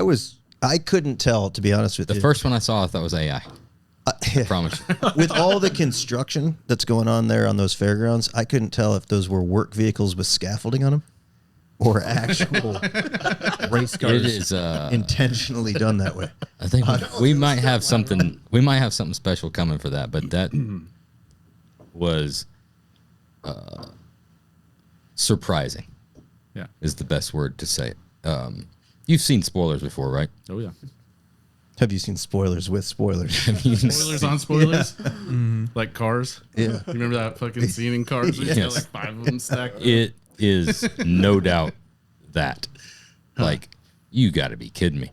So I didn't see this. the theory is a spoiler of said size is great for downforce at 120 miles an hour. Yep. So the best way to get downforce at 11 miles an hour or whatever else is being done around the parking lot is to increase that spoiler size by that same difference. So you have to be, 80 times larger to get downforce at, parking lot speeds.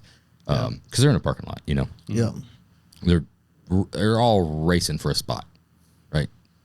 They're all trying to get that, parking spot. Well, like in the the parking lot. bigger you make it, you ever like, all right, you've carried, like a 2x4, right? Oh, yeah. Do it. If you carry a sheet of plywood, I know. through a park at the same speed, I understand. resistance. However, Now you're not putting that sheet of plywood in a short bed truck when you're done, but you'll feel that resistance. you're also not mounting it to the top of a C3 Corvette either. That's the other thing that you're not doing.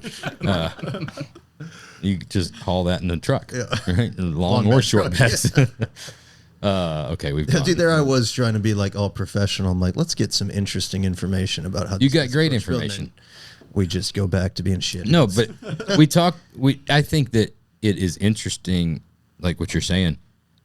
I almost feel like, now, I'm not saying that anything that we all did back in the day was easy. However, it did seem like it might be a little easier to differentiate yourself or to stand out than it is today. And that's the credit to all of the great, shops out there. Everybody has access to, crazy technology, right? There's not really there's got to be talent. I'm not saying that you don't have to have talent. You don't have to have ideas. You don't have to have style. Yeah. That's the thing that's still the tangible.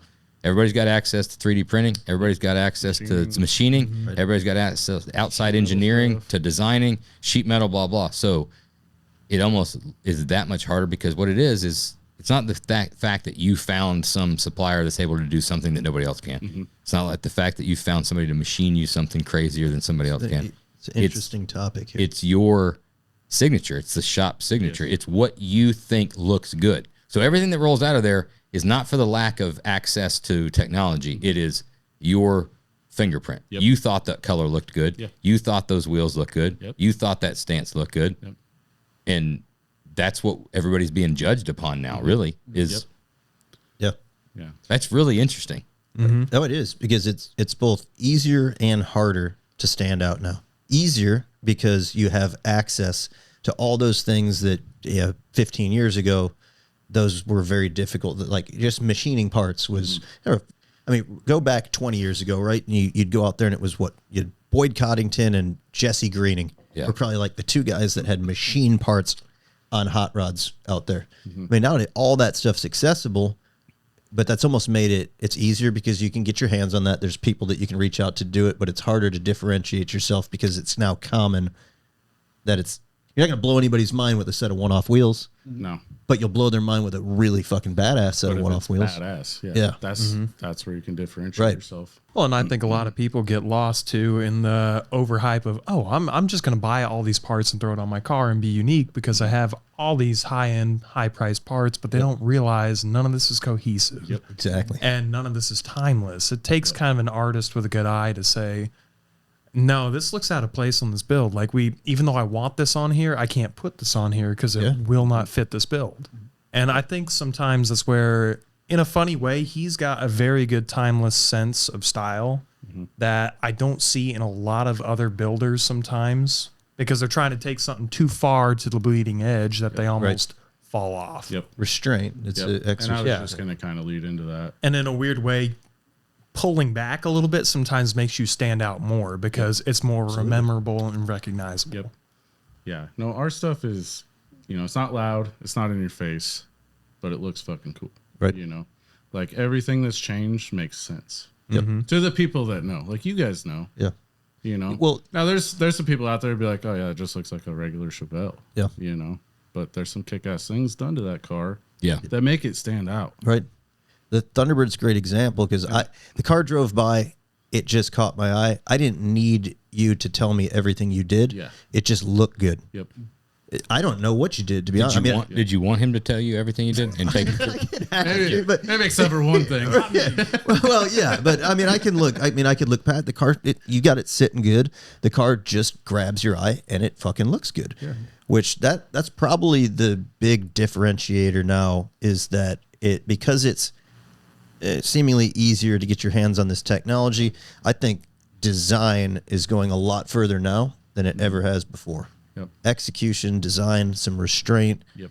Because you used to be able to just when we got into this, they were like the coast to coast bodies, and you had the wild rods, all these goofy ass like 37, fiberglass cars, and people were just hanging billet stuff all over them. I mean, just huge billet wheels, and it put a slick paint job on. Dude, these are winning like pros picks. Just do brushed aluminum back then, and you're like, oh my God, what kind of finish is that? Well, it's polished aluminum, but now been brushed. Oh my God, how does even somebody get something like that? Well, you brush it, you take polish. You remember that? I'm not. Yeah, you're right. That was a oh my God, what have you done? Little piece of advice we're talking about I'm sure you guys don't do this, but this is another piece of advice for builders out there. You're at a car show. You've got your prized possession. A lot of times, the owner of the shop, a lot of times the owner of the vehicle, more often than not, it's a lot of the fabricators and people that have had hands in the car, right? Rightfully so. Proud moment. This is what all the hard work has paid off for. You want to tell everybody how pretty your baby is. Come see my baby. Yep. Look what my baby does. Look at the sounds that my baby makes, and look at the thing. Another thing that I did with my baby is I did this, right? And we did this with my baby, and don't do that. Yeah. If it's a shitty looking baby, though, nobody cares. Yeah, exactly. That's what he's And it is because we've seen it all too often with some good cars sometimes, and sometimes not so often, and rightfully so. The excitement level is on, 11. Get it from all those aspects. There might be people that enjoy that though, John. I don't know. No, I'm not saying that you just need to stand back and be an asshole. But what I'm saying is engage at the appropriate level, right? Okay. Hey, that's fucking awesome. Yep. I love what you did here. Now, if it goes further and you're like, tell me more about this and what you did here, game on. And there's levels to it, right? Yep. There's times where you're walking by and you make eye contact, and it's, oh, I see you checking out my handiwork. Come on in. Let me tell you a lot more about what I've done. Let's go ahead and start. Let's go ahead and start at the front. At the tip of the bumper here. Yeah. And we'll stick with me here. It's going to be a while. We'll do it like the Navy does, to the back. Tip to butt, and we're going to go all the way through it.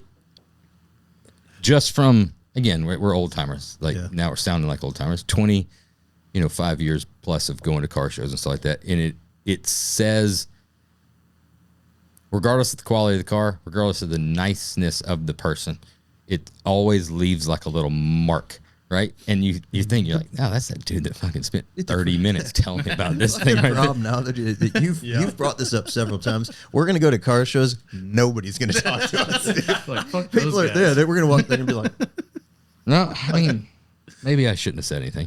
But no, they'll talk to the next guy, I think though. you bring up a good point, though. They'll save it up, and the next guy. Nobody talks to me anyway, so it's not like I'm going to make less people talk to me. I think the Le Mans is going to be one of those cars where people don't talk because there's so many intricacies and things that are brought from the start of the car through the car that tie together that people are just going to be like, oh fuck, they did that. Oh fuck, look at that. Like, I don't think it's the best kind. Yeah, I think for you guys. Yeah, because you guys get it. Yep. I mean, like the Chevelle, it gets overlooked by everybody. It's crazy. And I think Jeremy, you brought this up, the 70 that you guys did. Yeah, overlooked by everybody. Dude. That's one of my favorite cars of all time. Thank you, man. Appreciate that. Because I get it. Yeah. I know what you guys did to that car. You know, thanks. and a lot of people don't. Yeah. Just a black Chevelle. Right. It's just a black Chevelle because everybody's seen a black Chevelle. The greatest black Chevelle, but Yeah, it just is. a great It black is Chevelle. insane. I will say I have been that guy at certain car shows when we've shown that car when they're like, it's just a Chevelle. I'm like, well, fuck you. Like, look at all this stuff. Like, look how straight this car is. Like, Yeah. look at all Right. the look how this modern interior looks like it's from the 60s. I'm just I'm trying to use this platform because we all really do care about the health of the industry and especially the younger kid. Nobody ever told us any of this shit, right? You learn it on your fucking own, right? Yeah. So Bobby's giving you a lot of bangers. Bobby's given a lot of fucking great advice. Bobby's a great example because, just cool as fucking ice, no matter what. My biggest advice is in any of those situations, no matter what it is, you go into a dinner with somebody you've never been doing, just act like you've been there before. Yep. Just act like you've been there before. Yep. You don't have to act like you know everything, and you don't have to act like you're pissed off. But just act like you've been there before. Just be like, this is another day. You ask me questions, I'll answer that. Yeah. Owning the conversation and being like, hey, guess what? All of you guys are standing up. Everybody gather around. So what we did here, that looks like a normal headlight, but it is a normal headlight. But on the backside, what we did was a little custom. It's You're like, dude. I think Troy's 59. Troy from BBT. You've seen the car, right? That's a great example. Troy's a good friend. Yeah. Troy's never spoken to me about that car. Yeah. He doesn't need to. He doesn't have to though. Right. I've looked at that car and that car is enjoyable to look at because it's all things that we were just talking about that when we were at the show. We did the builder's choice at Good Guys, and we didn't pick it. Paul from Dutch Boys did. We didn't pick it because it felt like almost like discrediting it because the car almost seems like above that level of what we're going to give him a trophy for this thing, dude. It's like, but you look at it and you're like, this black chrome never should have gone. I would have never thought to put this black chrome with this purple and then like this and it just works so good, and it's a perfect exercise in restraint, design, and how Troy brought that all together. But he's never said a word about the car, right? And I don't know if he chopped it, sectioned it, stretched it, shortened it. What the fuck he did with it? It's just fucking badass. It's just all good the way around. Yeah. The other thing, it's difficult to give. I hope the customer wasn't upset, and I know Troy wasn't upset. It's in a builder's choice pick thing like that. It's difficult when that car's won the top awards that could possibly win, and you have a large group of people agree with that, at Columbus. A builder's choice, rightfully so, when it's coming from Dutch Boys and Roadster Shop, is a big fucking thing, deal. Right? Yeah. It's unfair to a really cool fucking car that we would like to give a fucking pick to. These aren't judged events. This is a pick, right? And we're not disrespecting the car by not picking it. The car's got its respect. We would be disrespecting somebody else that just debuted something or something like that. That's like, oh fuck yeah, that thing's badass. You know what I'm saying? The car's had its moment. Yeah. I do look at that every time because you see that and it's like it's a standard recipe of car won like AMBR, now it's there, or it won. It was a Riddler car, now it's then, dude. It just gets a builder's choice, and of course it's like you check. And to your point, that they know what they have. Once it's won, been recognized. If it's won, let that go to somebody. The terrific 12 from Good Guys. If it's won a slow and a curve, if it's won a grade 8, if it's won some of that kind of stuff, dude, put it in the booth, have fun, drive. At that point, I will say, but if it deserves it, it fucking deserves it. It's the nicest car. It's the nicest car. Dude, but we're not judging. We're not judging. Mm-hmm. We're just making picks. Yeah. But I'm we're just like, saying, that thing's fucking awesome. That thing's fucking awesome. Yeah. And Are Bobby, you guys saying you're mad because you didn't pick it? Then Dutch Boys did, or no? I mean, we picked another BBT car. That's right. You did the Malibu. His Chevelle, the Malibu, because the Malibu was. And Troy's like, "You fucking picked the Malibu?" Yeah, I talked to him, and he's like, yeah, dude. yeah, we got one from each. I was like, how'd you get 2 on the 59? He's like, no, he's like the green Malibu. Yeah. It's like, oh, that was you guys? I didn't even know they built it. It was so fucking it was cool. Off to the side. I know. It was so fucking cool. Yeah. Like everything about it it was was cool. like, And it deserved it. 16-inch wheels, big, fat ass neat. drag radials on the back. when there's one that we say we'd like to take home, Yeah. then it's like, it's a pick. Yeah. You know, simple as Well, that. Troy, he discounted it. He's like, it's not even that nice. Yeah. And I was like, fuck, it ain't. Like, that thing's badass. It's fucking badass. I thought it was cool. Yeah. It's cool. Just resonated with me and looked Yeah. right. Yep. The I was going somewhere with this. Had a train of thought. Fucking lost it. Sorry. But anyway, I think I'm telling everybody to like not be nice and not talk. Just live in the moment, act like you've been there before. I think that it's going to be better for everybody. It looks a little bit more mature. And again, rightfully so, the excitement level is on 10. And talk to people that want to engage. I will give, like, so Troy and Adam. Yeah. Great example. They debut the 36, right, at Grand National. It's a fucking amazing car, right? Even then, they're like, we walk up, and they're like, hey, you guys want like the full fucking tour? Or you just, and I'm like, yeah, we want the full fucking tour. Well, right? on that one, it's different because that's like Elon walking through a fucking spaceship. It's a spaceship. You know? You're like, yeah, dude, because I have no idea what you created with technologies And all that the don't exist textures yet. they use and- So sure, A walk me through this one. 1,000%. But my point was the fact that they were like, hey, Yeah. do you guys want me to give you this full fucking tour? Because, you know, there's a lot of cool things, but at the same time, don't want to be that guy. Like, fucking give it to us. The whole tour. Yep. Everything. Yeah. I got the full tour from Troy on that one. That's It's cool. fucking insane. Of his knee or of the car? Of the car. Okay. He's done with the knee thing now. He's Was that from when he fell through his booth? Yeah, he's still wearing that brace though. Right, little long in the getting saddle. old. Little long in the saddle on that brace.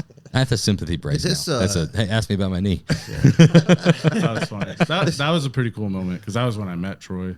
Oh yeah. And we were down at Triple Crown last year. We had the T-Bird down there. Yeah, with yeah. Chevelle. And I just happened to mention, like, we brought the 57 T-Bird. He's like, oh, fuck, that's you guys? He's like, God damn, I love them welds. Yeah. And he just fucking proceeds to talk my ear off. That's cool. And I'm like, That's a this cool is moment. I was like, this is cool. Yeah. Because this is the dude. yeah. You know? George's a hell of a cool guy, man. Like, yeah. And, I talk to Adam quite a bit at every show now, too, which is awesome, that those guys are down to earth to just do that. Yeah. well, that's great. They're And great a lot of people. people in this industry are, There is a hell of a lot of good people. Yeah. I worry that Josh's what you're preaching on this, that we're going to end up with these builders are all going to be sitting there and everybody's just going to be standing next to their car smoking a cigarette, fucking not talking to anybody. No. They're going to, because we're looking at it, we looked up to guys like Bobby Alloway, and you saw the way Bobby Alloway rolled into a fucking car show, and you wanted to sort of emulate that. Don't take this to your head. You're not that fucking cool. But the way you keep preaching this, people are going to be like, all right, so how did Josh do it? Like, I remember Jeremy talking about how he'd stand there with his Dickies and his Chuck Taylors, just fucking smoking cigarettes, not talking to anybody. Got to act like you've been here before. What? And that's everybody's all these, Did I have all over these young did I, builders out there. did I over talk or under talk to you when you came up to the show? No, it was just right. Right. And that's just right. I'm not saying anybody got to be dickheads. I'm not saying you got to be too cool for school. I'm just saying the approach, just like everything in life. There's not a thing in life. Well, there probably is, but I can't think about it. I can't think of it. Everything in moderation, no matter what it is. You can underdo or overdo just about anything. Moderation. Do the right amount. Yep. Pick up on the excitement level from the other person. Is like, and tell me more, and tell me more, and tell me more. Fucking roll with it. Yeah. Show them everything. Yeah. Flip the sun visor gotta down. Say, match look it. what he did. Match the excitement, right? Yeah.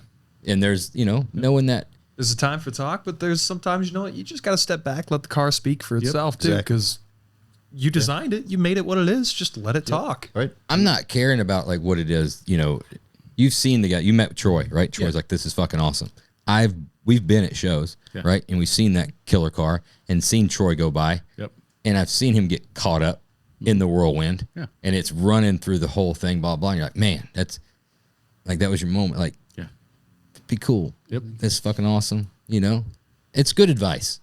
It is good. I'm not going to take your Well, dude, criticism. let's take it full circle back to show choir. You play in the trombone, dude. You jam out on the trombone, and it just sounds good. You don't need to explain. Somebody's going to sit there and listen to it, right? You don't have to tell explain to them someone how it you sounds did it. good or it looks good. It Right. just is. And you can't convince them it sounds Exactly. good if it doesn't. Exactly. Right. So yeah, Great. so That's a great way of putting it. let it be what it is. Exactly.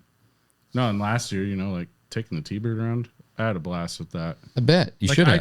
I just sat back and watched people. Like, I had fun with that. Yep. I don't have to tell them what's done. I mean, I left those welds on purpose so people knew. Yeah. Like, oh shit, they made these fender extensions, quarter extensions from scratch. Right. This one right here is a little sanded through. Yeah, yeah. I don't know. What happened over there? Fucking Scott. You're like, oh, that's right, Scott. Oh, Of all the mistakes I've made, of all the mistakes I've made, that's the biggest fucking one.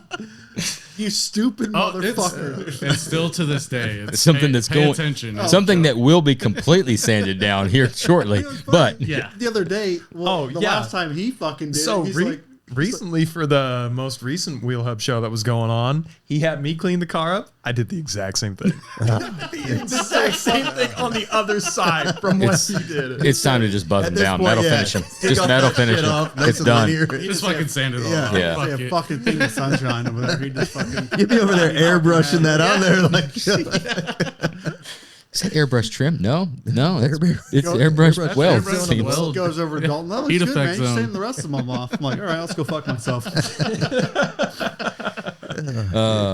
all right, we come to that time. Standard questions time. This can be fun too. Got 3 people, way different ages than us. yeah. So things are a little different. Uncharted territory than normal. What year? I'm one of you guys. I'm old. How old are you? 37. All right. Fuck you. You're old. Yeah, Yeah, I'm the elder in the shop. I could go back. I'm like a baby. I I'm could wipe. 27. 27. So, just am what I am. He's the oldest soul, though. How old? Yeah, that's great to be 35. doing 35. what you guys are doing at the level you are at that age is pretty Great. cool. You got your whole lives ahead of you. These things will be fucking hovering and flying when you're our age, you know? Roadster Shop chassis. yeah. The new Roadster Roadster Shop Shop hovercraft. spaceship. Yeah. We'll We're collabing with Elon, dude. We'll Just still come- be there. So what you're saying is you already got something in the works. You know, I'm not going to say much, right? I'm going to do like other people. We got something coming. It's That's a probably that game top changer. secret building Andrew was telling us. Yeah, that's right. So I see Everything on the tech side is handled. We're just trying to replicate the. It's the sound that we can't get. You want the Jetsons. Jetsons? I want the Yeah, Jetsons. Did they bolt right up to DeLoreans yet or no? Are you working on it? We've come close. We got a DeLorean rendering. Oh, Yeah, we just haven't found almost found the customer. Close. We had a guy reach out that was fairly interested. Every once in a while, we'll like just That- render something wacky when we get some time. That some build crazy thing. is not for somebody that's fairly interested. No, yeah, you got to That be committed. That build is for somebody that says, "Hey guys, I heard a little talk about a DeLorean. Yeah. I might be your guy." And then we'll go through a strict vetting process to see if you're the guy or not. Not anybody can get that car. No. All right. So 27, 37, 35. I'm not doing that math. What year did you graduate? 2017. Baby, I know. What year? Oh, wait. 08. 09. 08, 09, and 17. Wow. I mean, this is all. Where are you starting here? I was just getting some little reference. We're gonna start a little backwards. Great good guys submitted question. You got to do a road tour by yourself. Nah, it doesn't matter if you're by yourself or somebody. I added that part for no reason. The PCH, Pacific Coast Highway. You're doing the whole PCH. There's one CD that's stuck in the CD player. What car are you driving, and what's the CD that's stuck in the CD player? I do a 59 Impala with probably Elvis in it. I like that. That was quick too. That was right there. You got something? It's probably a Mustang. It's gonna be a Mustang. It always will be. I'm torn on the album, but at the moment, first thing that comes to mind is my '68 Mustang, probably with a. Boston. Boston was one of the top 3 I would probably choose. Boston or a Skinnerd album, Brass. I would say. Brass guys Stuck in love. the 8-track. Brass guys love Boston. That was low hanging fruit for me. I was gonna say Street Survivors on 8-track. Do that all day long. What year Mustang? 68. Okay. That's good. No budget on the car? No, we're not there yet. That's no budget build. Even On this one. car? Yeah, this one you could Okay. get I don't whatever the hell even you know want. that has- I do don't your even know no that has budget a build. Stereo. Yeah. What's An the F40 Ferrari. okay? Shit. Well, then there's nothing on the fucking CD Yeah, I was player. going to say, Yeah. you just don't play anything. Yes. Right. So, Good pull. Who's building it? No, this is That's the wrong you're question, dancing bro. around, dude. He asked the no budget. It threw me off. It threw me off. Yeah. It threw me off. Getting psyched out. Sorry. But that's Fucked up. That's a great pull. I was just at Road America this past weekend for the vintage race deal. There was a F40, the LM car there that made like, I don't know, 10 of those things or something. Yeah. Fucking unreal. They're so cool. Did you see the big wreck that happened there on the Ferrari that hit the Lotus? No. Josh Shaw was texting me stuff. There's a rare Ferrari that hit a Lotus in the side, T-boned it at 150. Really? Yeah, they flipped the Lotus. They both went and burst into flames, but the both people just had smoke inhalation and cuts. Shit. But you're talking about like I don't know, a couple $1 million in cars and stuff. That's crazy. F40 could be one of the best. Dude, one of the best. Such a good. There's not much that tops that.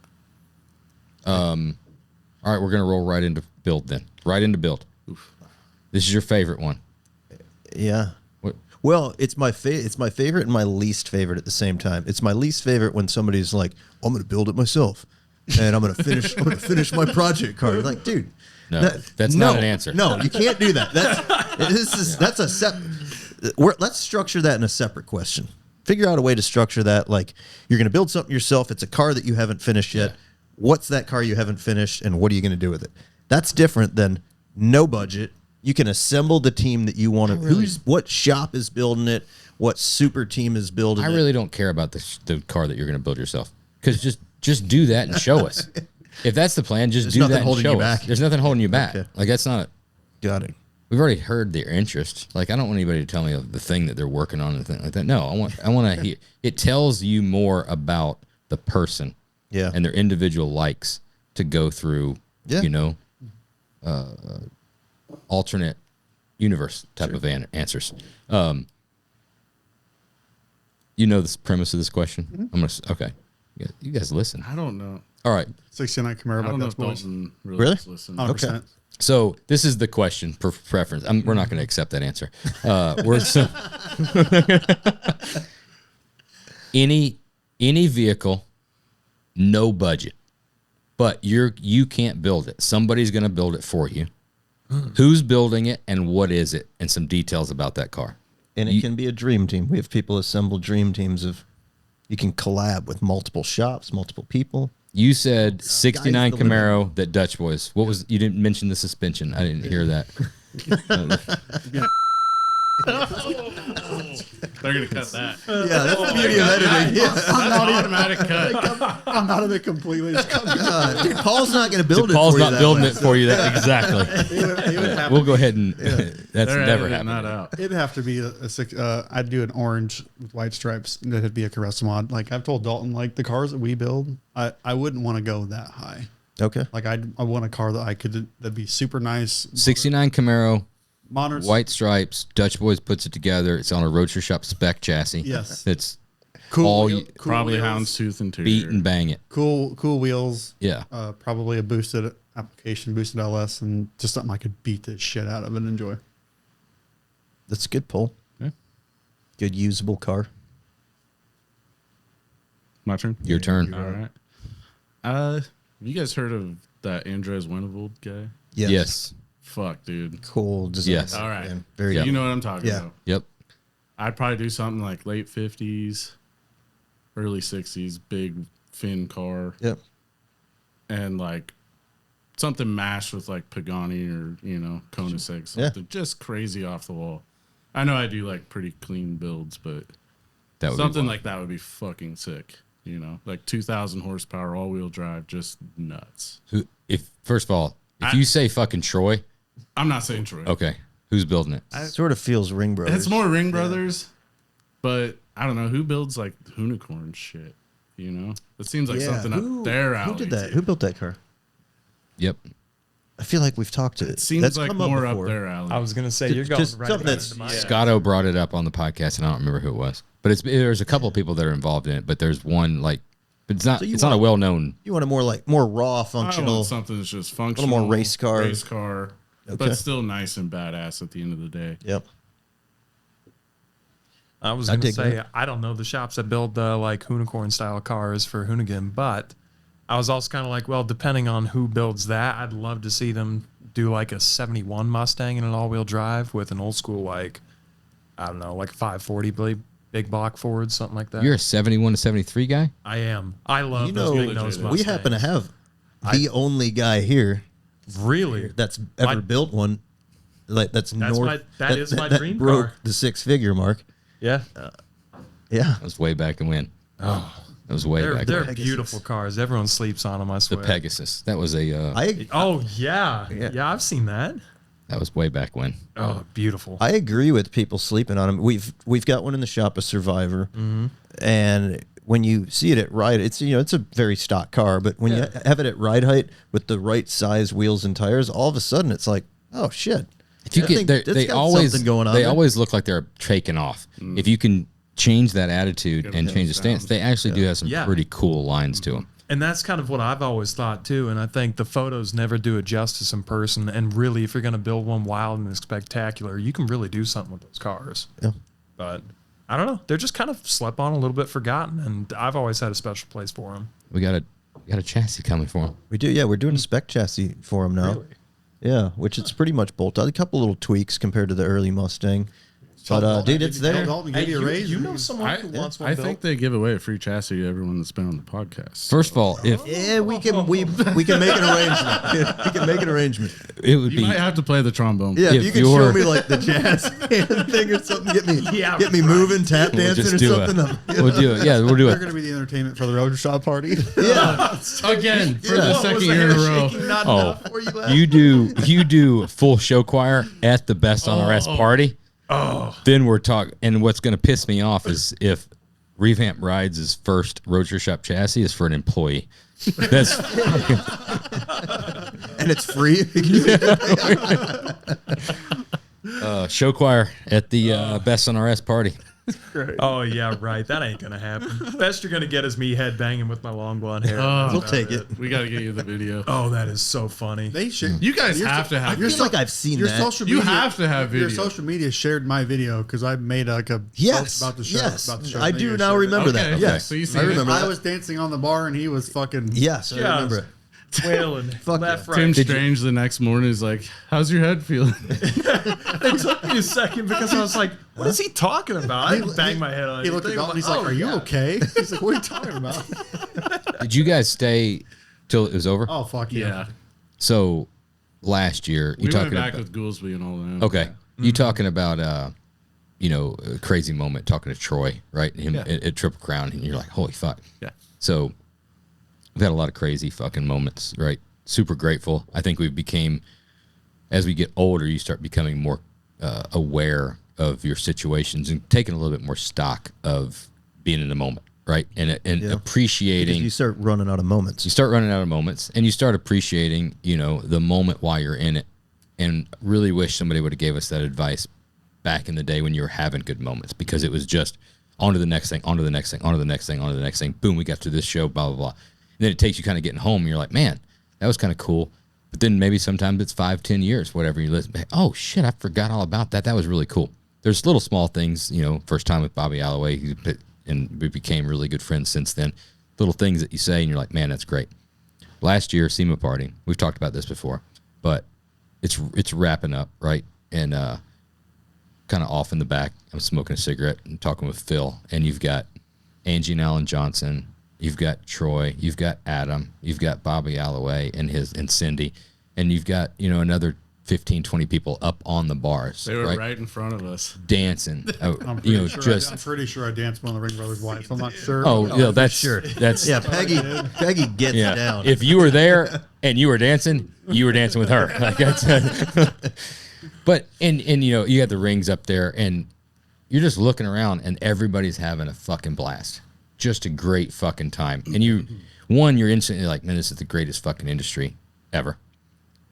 You're looking at all these customers, everybody having a great time, and you're like, it was a snapshot. It was literally like remember this fucking moment, because that was big to me. It was fucking huge to know that all of these fucking people, right, that we all looked up to so fucking much and still do, still hold it such high regard. You're like, I don't know. I don't know. I'm not saying it the right way, but it was like it's like my parents were out of town. We had a house party, and the coolest fucking kids came. And the takeaway is for some of you younger guys to live in the moment a little bit, you know, stop and smell the fucking roses. We've had some cool shit that we've been a part of throughout our career, and I never did. And now looking back, it's like, dude, I look back and we got one of those Gran Turismo awards years ago they used to do. And here we are, like, I mean, I was probably my early 30s or something. You're at this Sony party, getting this fucking award. You're on stage, Social Distortion's playing in the background. And I'm like, this is not even resonating with me. And, you know, like 10 years later, I'm like, holy fuck. Like, that is unbelievable that fucking happened. It just hit you. And you're so focused on what's next. And you're, I don't know. You don't ever stop to live in that moment. You should live in the moment. Absolutely. Take account. And again, in moderation. Like, don't believe the bullshit and don't believe the hype. Right there in the fucking middle. Yep. Know that you can do a little bit better, but be pretty happy with the thing that you fucking did right now. Yep. Like, it's a weird way of fucking being, but it's. I mean, I feel like I kind of had those moments at your guys' parties. I met Dave Kindig. Everybody was like, "That's corny." I'm like, "Well, fuck, I seen him on TV. Like, I grew up watching this." Dude. Like, Oh yeah. That's this fucking dude, cool. this dude's shaking my hand, they're- and like we're talking about shit, and it's like, Yeah. the first thing I did, I called my dad. I'm like, I met fucking Dave Kindig. He's like, no fucking way. And I'm like, I know. And I met him the next year, and it wasn't as like, oh, but still, I'm like, that's fucking Dave. Like, I'm gonna try to make a thing every year we go that I get a picture with Dave. And last year we had Max. That was so great. You Max, guys I was know like, Platinum Custom Cars? Yeah. They're just south. Yeah, of you yeah, guys. they were in town. so Max, one of their builders, was like, took a picture for us, and he fucking cut me halfway out of it. He wanted Right the down picture. the middle. Oh, I just. And it's like me and Dalton are like perfect in there with Dave, and like half of Scott's in there. Like, stick to building cars, bud. Oh, that's funny. I was like, did you get to go? He's like, yeah, it's great. And I'm fucking cut out halfway. I'm like, you fucking. But I mean, we talked about it after the show a lot. I don't know if you guys, you know, I hate to beat a dead horse, but the industry feeling at SEMA last year, you know, and throughout the whole week of SEMA, at the party, like the camaraderie and the, like, there's no bullshit. You know, we went through years of bullshit, right? There's been times, and you can talk to builders, that there was every man for yourself, man. Yeah. Like, everybody eating each other. And there's like, you know, the thought was like, there's 7 customers out here and there's 25 shops, and you better kill the other one to get that customer. Yep. And that's not what this is. Everybody's busy. Yeah. Everybody's fucking busy. Matter. You know, there's too many customers and not enough employees. Yep. And a lot of fucking talent and great manufacturers. I think you guys' podcast has helped out a lot. You think so? Just kind of Break opened down everybody up. Yeah. You know, like, you know, you hear other shops talking good about other shops, you know, like, Well, dude, everybody's that's- like, When shit, Paul, you when know? Paul shouted us out, like, that was the coolest Oh, dude, that thing was so ever. cool. Yeah. Like, well, that was a cool moment too. It was. So that he had just started probably what 5-6 months prior. Yeah. Well, we walked up to We their, went to SEMA and Joe Vanis, Yep. dude. Like, so we saw that the Grand National got unveiled there. You know, HRA's booth. Yeah. And I was like, all right, we got to see this car because this is one I want to see. I saw it in bare metal 3 years prior. It's like, we got to go here. Like, Yep. first day, right when we landed. That's a great car. It was fucking awesome car. So we're like walking up there, and I just caught Joe like just beelining it out of the corner of my eye, like straight towards me. 'Cause he just saw our shirts, you know. And I'm like, oh fuck, you know. And he's like, oh, Joe Vanis, owner Dutch Boys. Like, I fucking love your guys' work. And he's just like taken back. He's like, like, who the fuck are shit. these He's guys? like, I don't know these how guys. do they know you? You know, Yeah. like everybody follows each other on social media. Yeah. You know, like, Well, that's why they're as good as they are, because they're in tune. yeah. And they genuinely like the industry and the cool shit that's happening. 100%. If they were numb to you and they didn't know who you were, then they wouldn't be at the level they are, Yeah. right? Well, and Like, if I sat here and I'm like, I don't know who the fuck you guys. What have you built? Like, yeah. Taking the ego out of it. Yeah, There's it- no need for it. Well, and they're down to earth people. Yeah. You know, obviously Good- I've hung good out dudes. with them since then, Yeah. you know, and they're just fucking awesome dudes. So, yeah, very humble dudes. yep. They are. Great guys. And- They painted that. You see the Fox body out Yeah. there? They painted the Yeah. Fox Paul body. told me that at Iowa. Did a phenomenal job on it. Did Yep. awesome fucking work. Looks That, killer. You think they're outsourcing that shit? I think so. Yeah. There's no way they're doing that high quality at that volume. Not in Michigan. Dude. No. It's got to be going to Canada or something like that. Fucking Canucks up there. Spray. They ain't got nothing better to do than spray. Yeah, good dudes for sure. Yeah. Yeah. No, that was a super cool moment for us. It is. This is one of those times that we're talking about. Like, live in the moment and realize how good the industry is as a whole. Of like, you know what? And you know, even Damon and Steven from Good Guys. Yeah. You know, they shouted us out too. Damon did. Yeah. Because, you know, we were taking that T-Bird around and we were parking it in Builder's Choice. Dude, how many shout outs have you gotten on this podcast? Seriously. A few. They don't go unnoticed. I mean, I fangirl over that kind of shit. Time to fucking pay the piper, dude. Oh, shit. Yeah. Well, they got a good team with good guys there. Those two guys great are. Guys. There's been throughout the year. I mean, we've seen like multiple regimes right through good guys, and those dudes. I mean, they're young, they're hip, they got their finger on the pulse. Well, they know what's going on. what. Yeah. Yeah, they know what's what's cool. happening exactly. like, you know, I've gotten to know them over the last 2 years. You know, it's about how long we've been showing. Yep. And, you know, everybody over there is pretty fucking cool. They are. You know, like, they're down to earth. And Very. I really like how their shows are. How you can just kind of drive wherever the fuck you want. Yep. Do whatever you want. You know, it's not like park here, you're here for the day. Yeah. You know, like, that shit's cool. Yep. Yeah, it's a hangout. It's a hangout. It's the way it's supposed to be. And, like, everybody's having fun. You know, it's just a good time. I'm trying to get these two to go to one, but just can't. Really.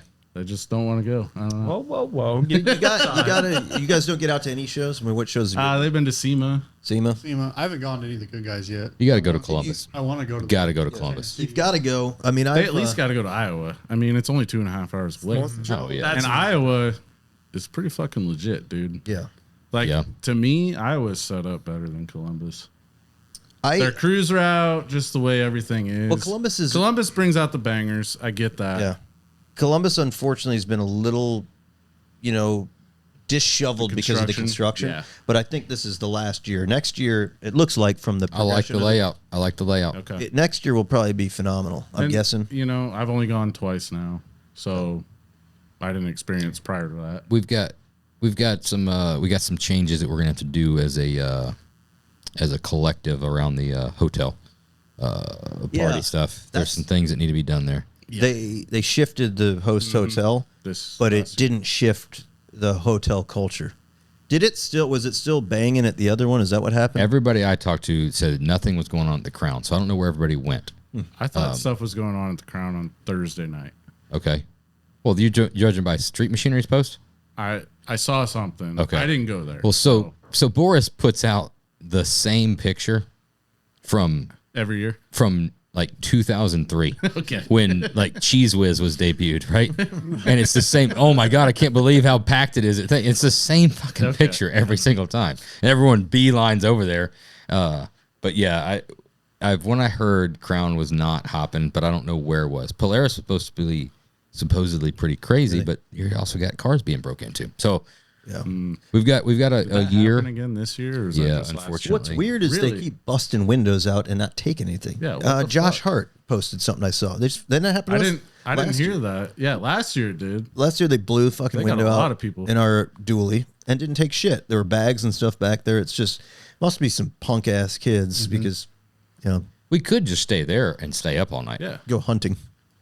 Well, that's probably the wrong way to put it. Right. Yeah. But no, we're not. Yeah. Don't. No. Right. Yeah. Definitely not. We would. You could hire a couple Daltons. Yeah. There you go. We could. Dalton and Dalton attorneys at law. Yeah. We could stay up all night, watch the premises, and then defend ourselves accordingly. Yeah. That's the way to put it.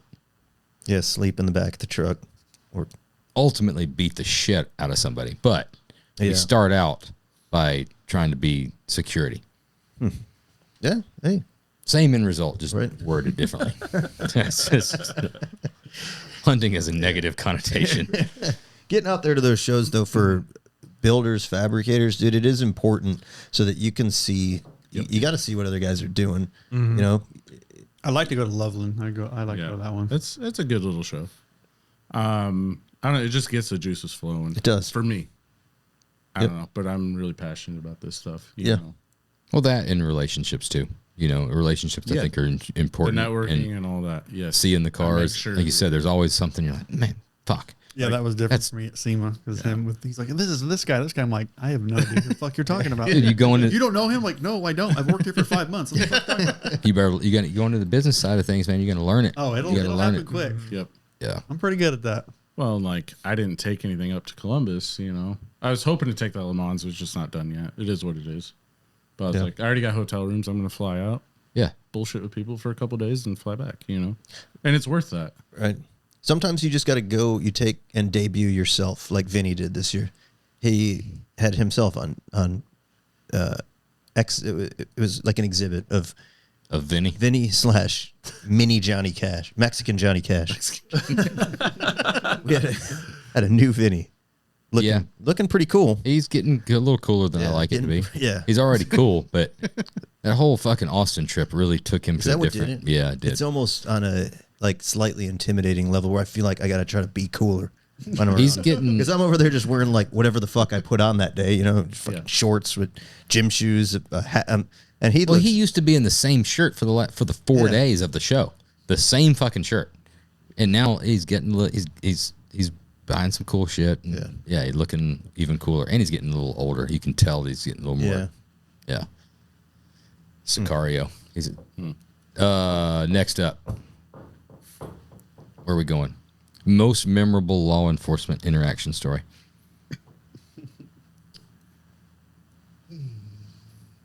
Your brother John? Not going to incriminate him, but I don't drink, so I DD all the time. But I always tell people I have more fun than drunk people anyway. So I was DDing for my wife and my brother, and we had left parking garage like 2 a.m, and my brother, big dumbass, got out of the sunroof and was wailing his arms around, and we got pulled over. Well, officer's like, he's like, pulled you over because he was hanging out of the sunroof. I was like, all right. And then he made me get out and do all the sobriety tests. Mind you, I don't drink, and I told him that. He's like, yeah, everybody says that. I'm like, well, I don't. But so I proceeded to fail the test except for the breathalyzer.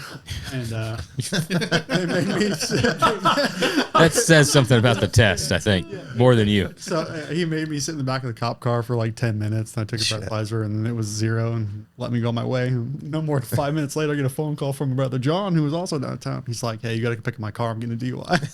So I circle around the block, and he's got 4 friends in his Impala, and I go up there and same cop. Yep, same fucking cop. First thing he said, I walked up to him. He's like, I guess I'm meeting the whole family tonight. And I was like, okay. So I get in the car. All right, smart ass. Let's just get to the business. So I get in the car, and he's like, what are you doing? I'm like, I'm just gonna take his friends home. Like, I'm sober. I'm like, this guy knows. They didn't think it was funny. And started rolling. So I get in the car. My brother's friend was like, there's so much weed in here. Like, we got to hide the weed. I was like, oh my fucking God, you guys. So I start rolling off, and the officer comes and bangs on the trunk. He's like, everybody get out of the fucking car. I was like, oh, fuck. Get out of the car. He's like, we never searched the vehicle. So all his friends stuffed everything in their pockets. Yeah, put up your butts. He went through. They went through. Stop clenching. They went through the whole car, didn't find anything, and went on my way. But like that night, within like 5 minutes, I was like, what the fuck is going on? It was like my brother Doug too. My brother's like, I'm in the Marines, and the cop's like, I don't fucking care. Like, it was just in that time. One of those nights. Just I'm like, what the fuck is going on? Like in that cop, he's like, guess I'm in the whole fucking family. You're cool. Yeah. I got this one, motherfucker. He's drunk. That's fucking great. What about you?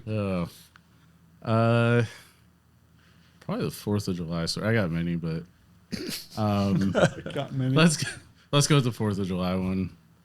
I think I was still in high school, or I just graduated. Me and my buddy Jordan were getting ready to go to his aunt and uncle's firework party, and we lived in a small town, like 450 people, so a small town. And so we're leaving the gas station. He's got a 95 Grand Prix GTP with sunroof. And you know those zips? Yeah. You don't know where the fuck those things go. Yeah. Like, you light one, and you don't know where it's going. Yep. So we're pulling out of the gas station, and I fucking light it, and I throw it out the moonroof. That fucker beelines it straight at the gas pumps. Oh, I'm like, they oh, frown upon that. fuck. Yeah. And like all the pumps are full. So like there's a shit ton of people there. 4th of July. It's busy. It's a fireworks. Yeah, I'm like, oh fuck. I'm like, Jordan, fuck him. Book it. So we were like hauling ass down the highway. And I'm sitting there in the meantime, fucking still lighting off bottle rockets, throwing them out the moonroof as we're going down the highway. And Jordan's like, cop. And I'm like, I had just lit a bottle rocket. Well. And I'm like, fuck. So I'm sitting there just contemplating. I was like, do I just let it go off in the car, or do I fucking throw this thing out the sunroof? It's just like you Last see in a second, movie dude. with like a joint. You just Yep.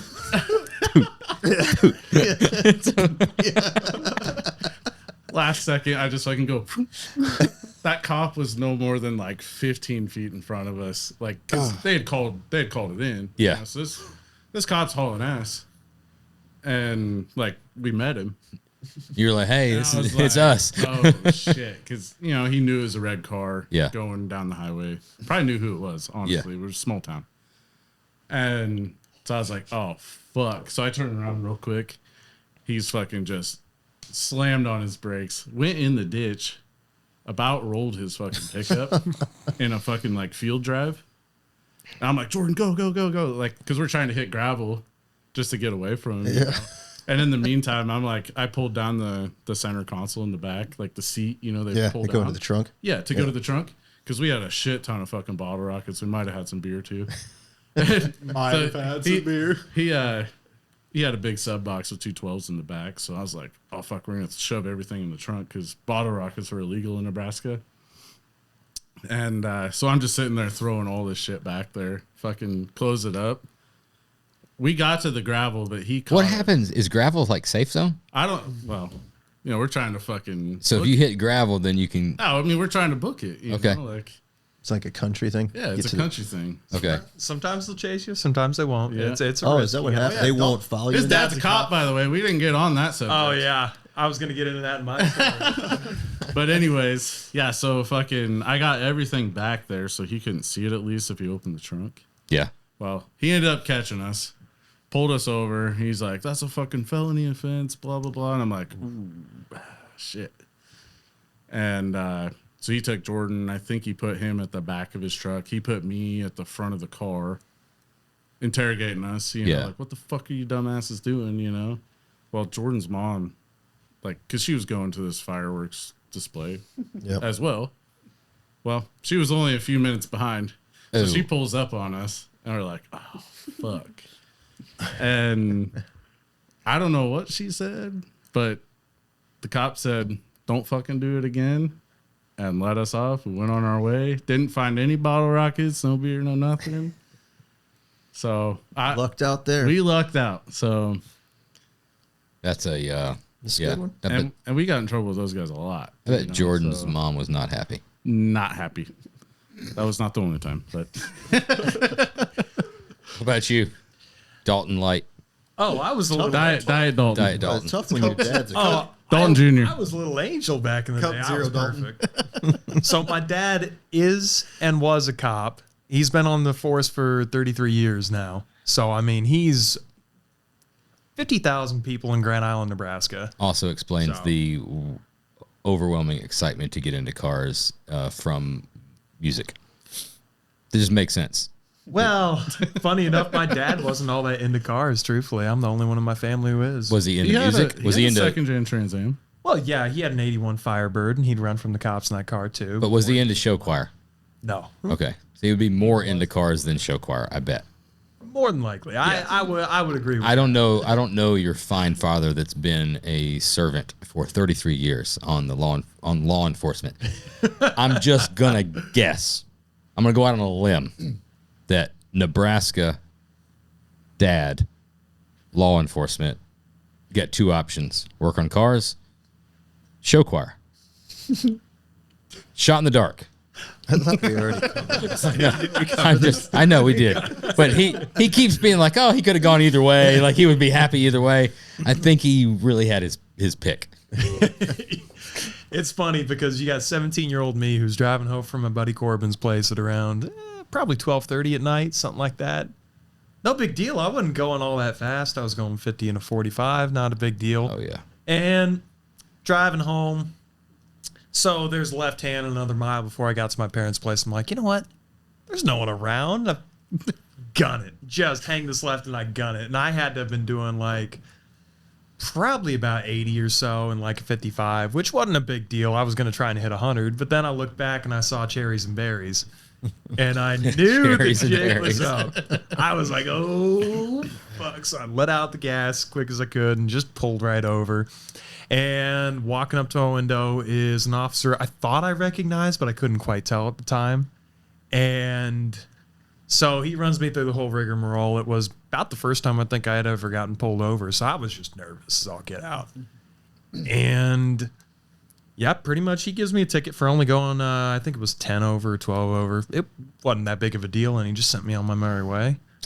Well, He not didn't more keep his mouth shut. well, not more than like 4 minutes later when I get home, there was my dad waiting for me. And he was like, so, heard you got pulled over tonight. You're going back to the choir. I couldn't get away with anything in that No, town. not me. Oh, it was Yeah, so that's funny. tough, dude. He just had a laugh about it. He was like, yeah, I get it. Whatever. I've got a new idea. What's that? This is after listening to Diet Dalton talk and tell that story. Yes. I think this is a serious idea. Okay. We're going to start doing these podcasts. Yeah. Send them to Dalton. He's going to read them.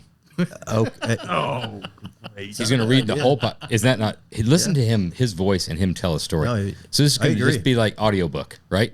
I would listen to it. This is the oil and I whiskey would as listen to it, yeah. as told by Diet Dalton. Right. And I saw cherries and berries. And I just pulled over just as If it quick could- as I if could. it could be done- And I just If it was animated too, then Yes. instead of looking at us, then it's Roadster animated. Shop anime series. Dude, you're honestly, we're going to pay you full time. I know he's valuable Hey, to don't your be stealing it organization. now. you are onto something. Tell me that wouldn't be good. Yeah, you're definitely onto something. You're right. I would actually listen to what we put out after that. Be like, oh, let's see what Dalton does this week. The shenanigans. I don't believe you in the least bit. I don't think you have a good voice, but it's just the whole. I'm telling you what, you should be narrating things. That's good. I've heard that. I don't believe it. I don't like the way I sound in recordings. That's why even when I sing and there's recordings of me, I will not. That's the beauty of it. You just cash a check, let everybody else listen. You don't even have to listen to yourself. Have you got any? You got a personal Instagram? Yeah, but I don't even use it. Really? So getting back to the whole old soul thing, he calls me the oldest 27-year-old he knows because I don't use Literally social told media. him. We asked him if he liked the beach. We asked him if he liked the Beach Boys. He's like, "Oh yeah, they Fuck. They fuck. They fuck, dude. I like me some Dalton. It's not Diet usually Dalton. what people say about the Beach Boys, No, but I every like time. the Beach Boys. Oh, Yeah. yeah. Yeah. It's actually historically accurate. But yeah. Brian Wilson laid it down. Yeah. He got with it. I didn't. Yeah, they fucking yeah. It's the Beach Boys. I didn't know what their shtick was, but Yeah, it's doing it. That was shtick. Doing it. You think this is a joke? I don't. No, I don't because I'm like, you start talking, I'm like, Yep. yeah. tell me So what more. else, dude? So Yeah, yeah, what okay, happened yeah, then? cool. It's fucking. Keep It's going. amazing. It's phenomenal. We've been doing a lot of these, right? And every now and then, or every time, there's always a little thing like, oh wow, that was surprising. Didn't expect that. Or that's something awesome. That's the first time for that. This is everybody's been great. A 27-year-old with this like personality and that voice. Dude, it's and, lightning in a bottle. It is lightning in a bottle. You With- lock him up on a fucking contract. I'm telling Well, you. for a marketing standpoint, Well, thank you. for your shop, dude, Yeah. YouTube's, it's impactful. Yeah. This fucking dude starting doing to some think about shop that. stuff Yeah. on Yeah. YouTube. Like if you're doing a shop tour on YouTube or talking about a project and you're doing, I'm listening, dude. Oh, yeah. No offense. I mean, I would definitely listen to what you got to say, but that's like, all right. Make sure I'd we be open the- engaged, man. Make sure tomorrow we open the garage door so we can fucking get his ego in the fucking door. Yes. This is great. So I've been thinking a few changes around here. First of all, I start at 9. Lunches paid for. And what's the deal with the gas card, dude? We got to get a gas card. We've ruined it. We've ruined it. Dalton Singer, get out of my chair. What the fuck are you talking about? Here's a few things about me. I like to have a lot of fresh fruit around. All right, next up. I honestly don't think we can go first car. I don't think so either. There's a genre change. Oh, well, okay. Well, we could try it, but it gets tough when it's out of our sort of age group. We can go up. It's hard to come down. This is a shot in the dark. But so we 08, 09, 17. Was your, you can, we'll ask the same question. Everybody answers. What gift or did you purchase it? Your first car? Mine was a gift. I didn't purchase it, and I had a school permit at 14. Okay. I'm gonna give you that. I'm gonna give you that. 16, I'd worked 3 years of detasseling to get it because my parents were not rich at all. Like, Okay. so. What did your parents do for a living? Was a cop? No, Dad- I know yours said. My dad did like contracting, and my mom was a critical care nurse. Okay. Parents. Dad did construction, and mom cleaned. Okay. Just trying to think. There was like a farm element or something that sort of helps if My wife's that- family owns farm. Okay. I see you being in something that's smaller than it should have been for you. That's no, oh, shit. Smaller than it should have Yeah, been for that's him. just what I don't know if came it was to true. mind. I just like the way it was worded. I love the way it was worded. I mean, you asked I had a me. geometric. I don't know. No, nothing like that. I was just thinking like yeah, like it could have been Ford Ranger or something, but you know, that's just where I went. I'm just gonna I was like, shoot from the hip. Fuck yeah. 08, 09, 08. Let's think about 08. So 2000.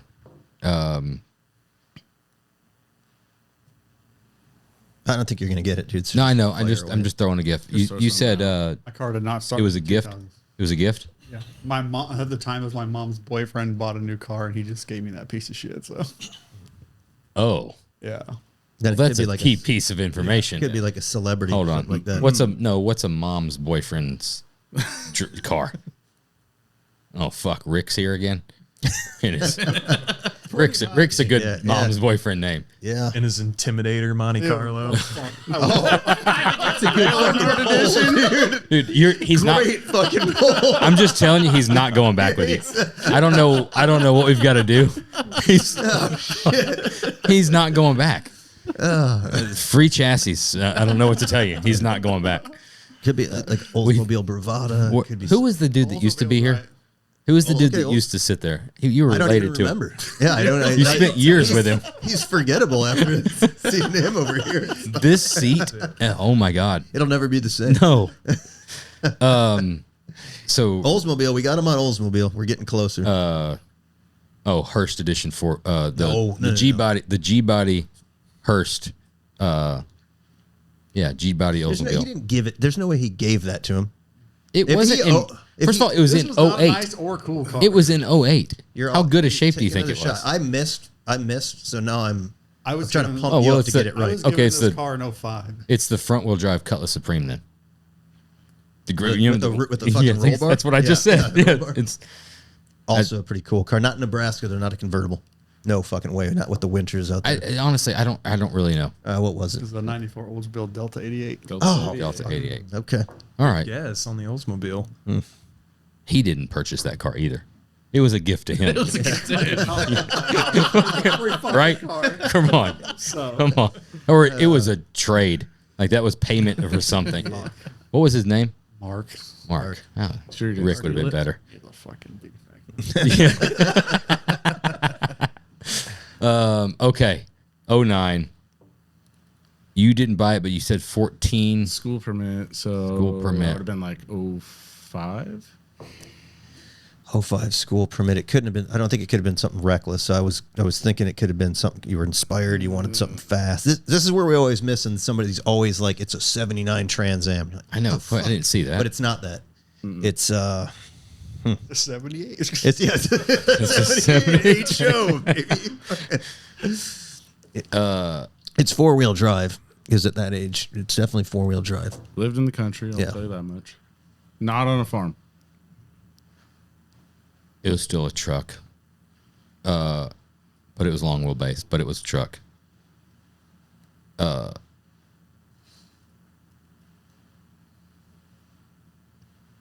was a 74 GMC long wheelbase.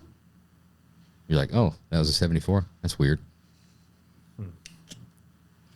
Just a guess. Blue. Blue. Light blue. You will not guess the color. Faded light You will blue. not guess the color. Baby shit green. Let me guess, all the color fell off, didn't it? Yep. All the color fell off. Rust is not a color. Shit, dude. I could see. I This is mean, a weird genre. it's a weird genre. Weird place. It is. Weird years. The country. Didn't even know y'all drove there in Nebraska in Yeah. in the 2000s. Yeah. Being It was a covered wagon. the country produces some a more unusual and diverse group of cars. Anybody because that you plays never know what the anybody fuck it's that gonna plays be. at home. A lot of people play at home. Yeah. There's bingo cards for this and everything. A lot of people play at home. When it gets to this era of time and this area geographic, this is it's a black hole, man. It's no man's land out there. You just don't know. It really is. Sometimes the stories write themselves, and then sometimes it's like, it's an adventure. I'm thinking. I mean, the one that comes to mind, and maybe it's just because I saw one of these recently on Marketplace. Long bed, like mid You got a peg 80s, for a long bed. That's a long bed, dude, right there. mid 80s Dodge. Just truck. It just says It's a Dodge truck it's a on it. Dodge truck where you didn't that era truck. It could have Dodge been- truck. They looked the same from like 63. 63 to 94. Yeah. Before they went to the Freightliner style, it was the same truck all the way through. The only I don't know that I've ever seen one as a 4x4, so I'm probably off, but I'm just throwing it out there. What came to mind? But it was a weird extended cab. Like the window was like, oh, what do you do back there? You don't sit back there. But Josh was pretty fucking close. Really? Yeah. 74 K5 Blazer. 74 GMC, but It was an old K5. hunt. It was an old hunting truck named Rusty. Oh, so it had no color. Camoed out. No, Okay. Camo. All right. So I'll It never actually had pick a decent camo job. I'll give it that. So That's pretty good. Josh was pretty fucking that would go. close. It's a You were off on the color. yeah. Camo is my favorite color though. Yeah, but I know that by the shorts that you wear often. I like camo. Fucking camo cargo shorts. Fucking dude. You still wearing those? They're back. They're back? That's They what just came back. Look it up. Google were it. never according in. to him. They were never in. Google it. His problem is that he has a stylish, like 22-year-old daughter. 22. Yeah, she's 22. So he uses that to help support his fashion decisions. Hey, honey, is this cool? Yeah, Dad. Yeah, Dad. Yeah. Can't see him, but Which maybe it would be. Maybe Put some pants on for Christ's some sake. pants You can't on. see him. maybe a 22-year-old dude wearing fucking You're hung up on the pants. You're camo hung up. cargos with red Chuck Taylors. Maybe that's cool. I stand by that stuff. But I'm going to do seeing it a- again. The next show we go to, I'm wearing the same shit. Seeing a 48-year-old man. I'm doing that, 47. So it gives me There's that. gives me Tim Strange vibes. You're like, Tim, you're too old to be riding a BMX bike, dude. It's like that's kind of what it feels like. Really? Yeah. That's what that's it feels like. that's more hurtful than you think it is. Yeah, that's what I said, dude. That's just the vibe that I get. I first of all, no apologies for camo. I've said it before. I like it. Yeah. I like it a lot, and I'll continue to wear it, especially when it comes back in style. I've waited like 9 years for camo cargos to come back in stock, and they come back in style. Josh would take any chance he gets to play G.I. Joe. He's all over it. I've heard this on the pod. Yeah. Yeah. Well, he'd wish, and I'll say this: I'm going to knock you. What's that in the woods? It's time to gear up. I'm gonna knock. I'm gonna knock you, and I'm gonna give you a compliment all at once. Okay. So I think I've talked about this on here before, but we had during like peak COVID time when there were like all these riots and shit. Right across the street, we got a shopping mall there. We were shut down at this time. I happened to go across there for something, and a cop grabs me. Everything's shut down. There's fucking shopping carts barricading the front of Target. And you're hearing all this crap about like everybody's like evacuating, and I run into a cop, and I'm like, dude, what's going on? Just get out of here. You're gonna want to get out of here. I'm like, well, dude, I own this fucking building right here. What's going on? So he said that they're anticipating. They got word that there's about to be riots coming through here, and they're boarding up. They boarded up Home Depot. They blocked off. They barricaded Target. So I'm like, well, dude, what the fuck? What do you know? He's like, all I'll tell you is that I hope you got insurance. So at the time, there was all this shit right in Kenosha that was like, Kenosha's like 30 minutes from here. They're burning the is fucking that city close? down. Yeah, this is all of that was was right there. Oh, So I'm shit. like, fuck. That's not going to happen here. So we got this big glass showroom windows. So we barricade it with the trailers. We put the dumpsters in front of there. There's nobody here, but we're like, our job is we're guarding the fucking ship, right? At all costs. Yep. So me, Phil, Josh, we're not going to take any shit. So we go home and we come back ready for war. You geared up?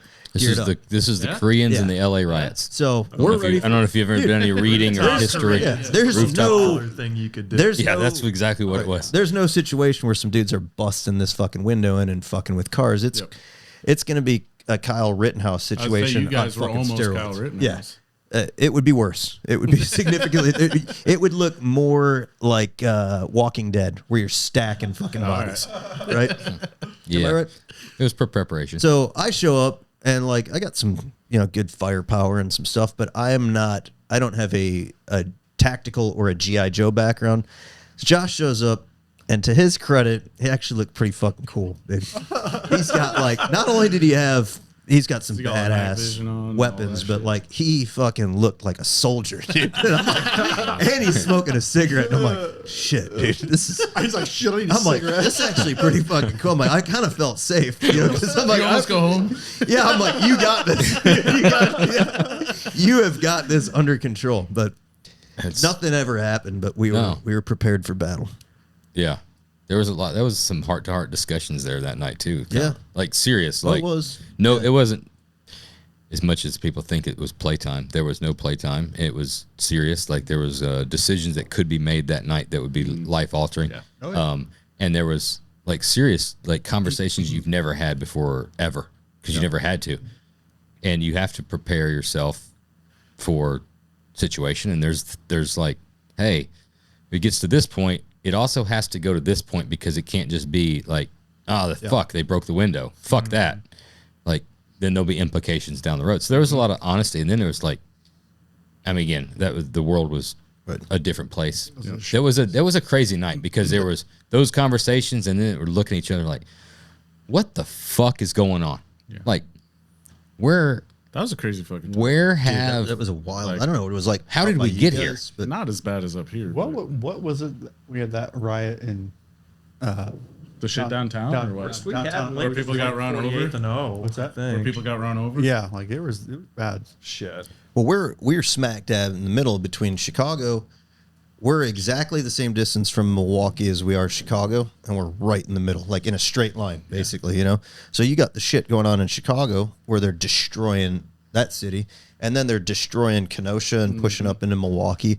Yeah, the Milwaukee sheriff, he was pretty outspoken, but he's a tough guy at the time. He's probably not the sheriff anymore, right? Probably not.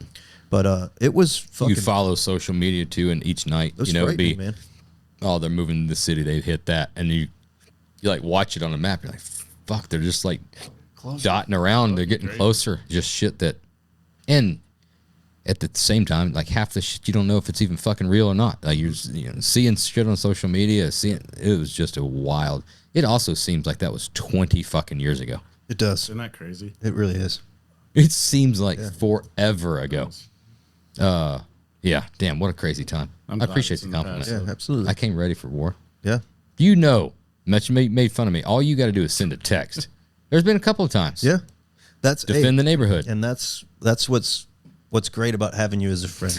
You want friends that will, number one, help you get rid of a body, and number two, No questions like asked. just have your fucking back regardless. Yeah. Which that's Josh almost like to an extreme level, because Josh also likes confrontation. So we recently we didn't share our recent No, experience. did we? but that dude was going to suffer if he came back through. Yeah. I was In the airport prepared. again? And your whole that? An entire airport again? No, No, this was like this definitely leveled up. your entire job site, the entire fucking job site, not a rock to be found. Yeah. Not a single rock. So should we share this one? This is a good story. Yeah, go ahead. You can craft it in a way that's Sure. yeah. So here I am. I'm doing some work at my house. So I've moved out briefly, and I go over there Sunday night with my wife to check it out. Right. So I happen to just be wearing I'm just lounging around the fucking house. It's like 7 o'clock Sunday night. I'm like, hey, let's go fucking run by the house, see what's up. So we cruise over there, and I'm in her car. So there's nothing in the car. You know, usually I carry some sort of a blade on me, but I'm wearing fucking sweatpants, right? Which is, you're never supposed to leave the house Cardinal rule with sweatpants, but I did that day. Not good, right? Not good. So leaving the fucking house, and it's in like a normal neighborhood, right? That we've lived in for years and years. Pull out of the neighborhood, and we go around to the other side of the neighborhood because there's some friends building a house over there. And we're like, let's see what's going on over there, right? Dead end cul-de-sac. And I'm like, this weird fucking car, like truck right behind us on our ass, you know, and go around the fucking cul-de-sac. Truck keeps fucking following us. I'm like, this is definitely weird. Start just driving through the neighborhood. I'm like, dude's definitely following us. So Josh lives in the neighborhood next to mine that you can kind of cross over through like a little back road. So now I'm watching this dude. He's like swerving all over and he's on my ass. And I'm like, this doesn't seem right. So I'm like, before I get out to the main street, I'm going to just duck into Josh's driveway and see if this dude follows me. So pull into Josh's driveway. Sure enough, a guy fucking pulls in right behind me in Josh's driveway, right on my ass. So I got my wife in the car with me and I'm like, oh, fuck, what is going on? So I tell her, I say, hey, you go in the house, get Josh, tell Josh to come out here with whatever Josh needs to come out here with. I'm going to see what the fuck's going on here. So I am unarmed, and you don't know this day and age, you don't know, like, yeah, look, I'm not fucking your size, right, dude? So, you know, oftentimes an equalizer is necessary in a situation like that, but I'm like, all right, go up to this fucking dude's car. I'm like, dude, what the fuck are you doing? And sketchy looking guy, fucking tweaking out. And he starts like just saying all kinds of fucking nonsense and talking all kinds of shit. I'm like, what the fuck are you doing, dude? And he's telling me he's looking for somebody. And I'm like, who are you looking for? Says a name. So, dude, I don't know who the fuck you're talking about. And just starts talking all this fucking crap and then peels out of the driveway, goes backwards, takes off down the street. Well, now the tables turn because now Josh is there. And I'm like, now we're on the hunt. Okay, so it goes from can't just let that be that. The you know, prey, that's the prey is now the predator, right? So we go back around the neighborhood, back to my house, and sure enough, here this motherfucker is, dude. And he pulls out, and he comes like he peels out, drives right along there, and hits the brakes. So I'm not prepared for this because we're at the end of the driveway. I'm like, all right, we're gonna ease into this and see what's up. Josh wasn't easing into this. He's like, it's full fucking war. So he charges the fucking dude's car as the guy's getting out, and whilst looking for a projectile, something to blow a windshield or a side window or something. Or the guy's an attention getter. He's called it an attention getter, right? So exclamation point. Right. Dude's girlfriend's in the car. She's screaming. This guy jumps back in the car, peels out, goes down the street. Once again, we are back on the hunt. Yes. And then we realize Josh is like, all right, dude, we probably shouldn't be following this guy. Let's just collectively we made the responsible decision. Let's call this in. We're going to call the cops. Yeah. Cops did their job, came by. Dude was shit-faced, arrested the guy. And then, of course, we had to ride by multiple times to watch him getting fucking tossed in the car. Which was cool. Yeah. But point being, you want a friend there that, you know, when those situations arise, that dude's not going to be like, oh, dude, fuck you. Like, We play off of the energy well. There's a time when it's like, that would be funny. I agree. What you're saying, do fucking any other time but this. But hey, right now, we've already done this, and this. It looks really bad to do that. And then there's other times I'm like, no, fuck that. Let's drown him. I think Josh looks for that stuff. A little bit. Not exactly. I don't look for it. Right. I don't look for Not exactly the voice of reason in those situations, but if those situations arise and you need to remedy them, he's He's ready to go. He's definitely your guy. Within reason, there's a voice of reason. Within reason. Yeah. Triple X. I was built for this. Yeah. No, we made a responsible the right decision. and we took Hey. somebody who was dangerous off the street. Yeah, there's always the time when you know that you have enough plausible deniability that you are in the victim state. Yeah. And then there's when you're the aggressor. When you're the aggressor, you're like, we've gone too far down this path. We need to stop this now because anything that happens there, we've kind of put this into motion. And it's just being smart. I I really don't actively. I know I get that moniker. I don't actively look for that stuff, but I also, to my fault, and I know where my many shortcomings are. When an opportunity arises, I definitely don't take the. Doesn't shy away from it. I don't take. I could have diffused way more situations in my past than I have, but. Like when the opportunity arises, I'm like, well, you picked this fucking, like you did it. You pushed it this far. Yeah. Now, yes, could I like make it not go this way? Yes, but however, you just It just the other opened the door. Yeah, I walk up to his office the other day. We're talking. We'll like shoot the shit every morning for a little bit, and then he said, "Oh, I had an altercation at the gym this morning." I'm like, what's new? yeah, I'm like, go fucking figure, dude. I was middle of my set. Yeah. that dude, he almost. Then he gives me the rundown. I'm like, dude, it's. I guess. I mean, it was justified. Yeah. Josh basically does the thing that we all want to do, and so I applaud him for it. I just, I sort of avoid conflict, maybe more than he does. Yeah. One day it'll catch up with me, but Yeah. I've gambled and won a bunch. That dude at the gym, how many times has he been there since that? None. That'd be a big zero. He found it. He found a new gym. Handled that. He found the new He gym. goes to Planet Fitness now. It is funny. It was at Planet Fitness that he doesn't go into anymore. Guys go to Crunch. I will say, being around him for these, it's crazy to see how shocked people are because they're not like used to that.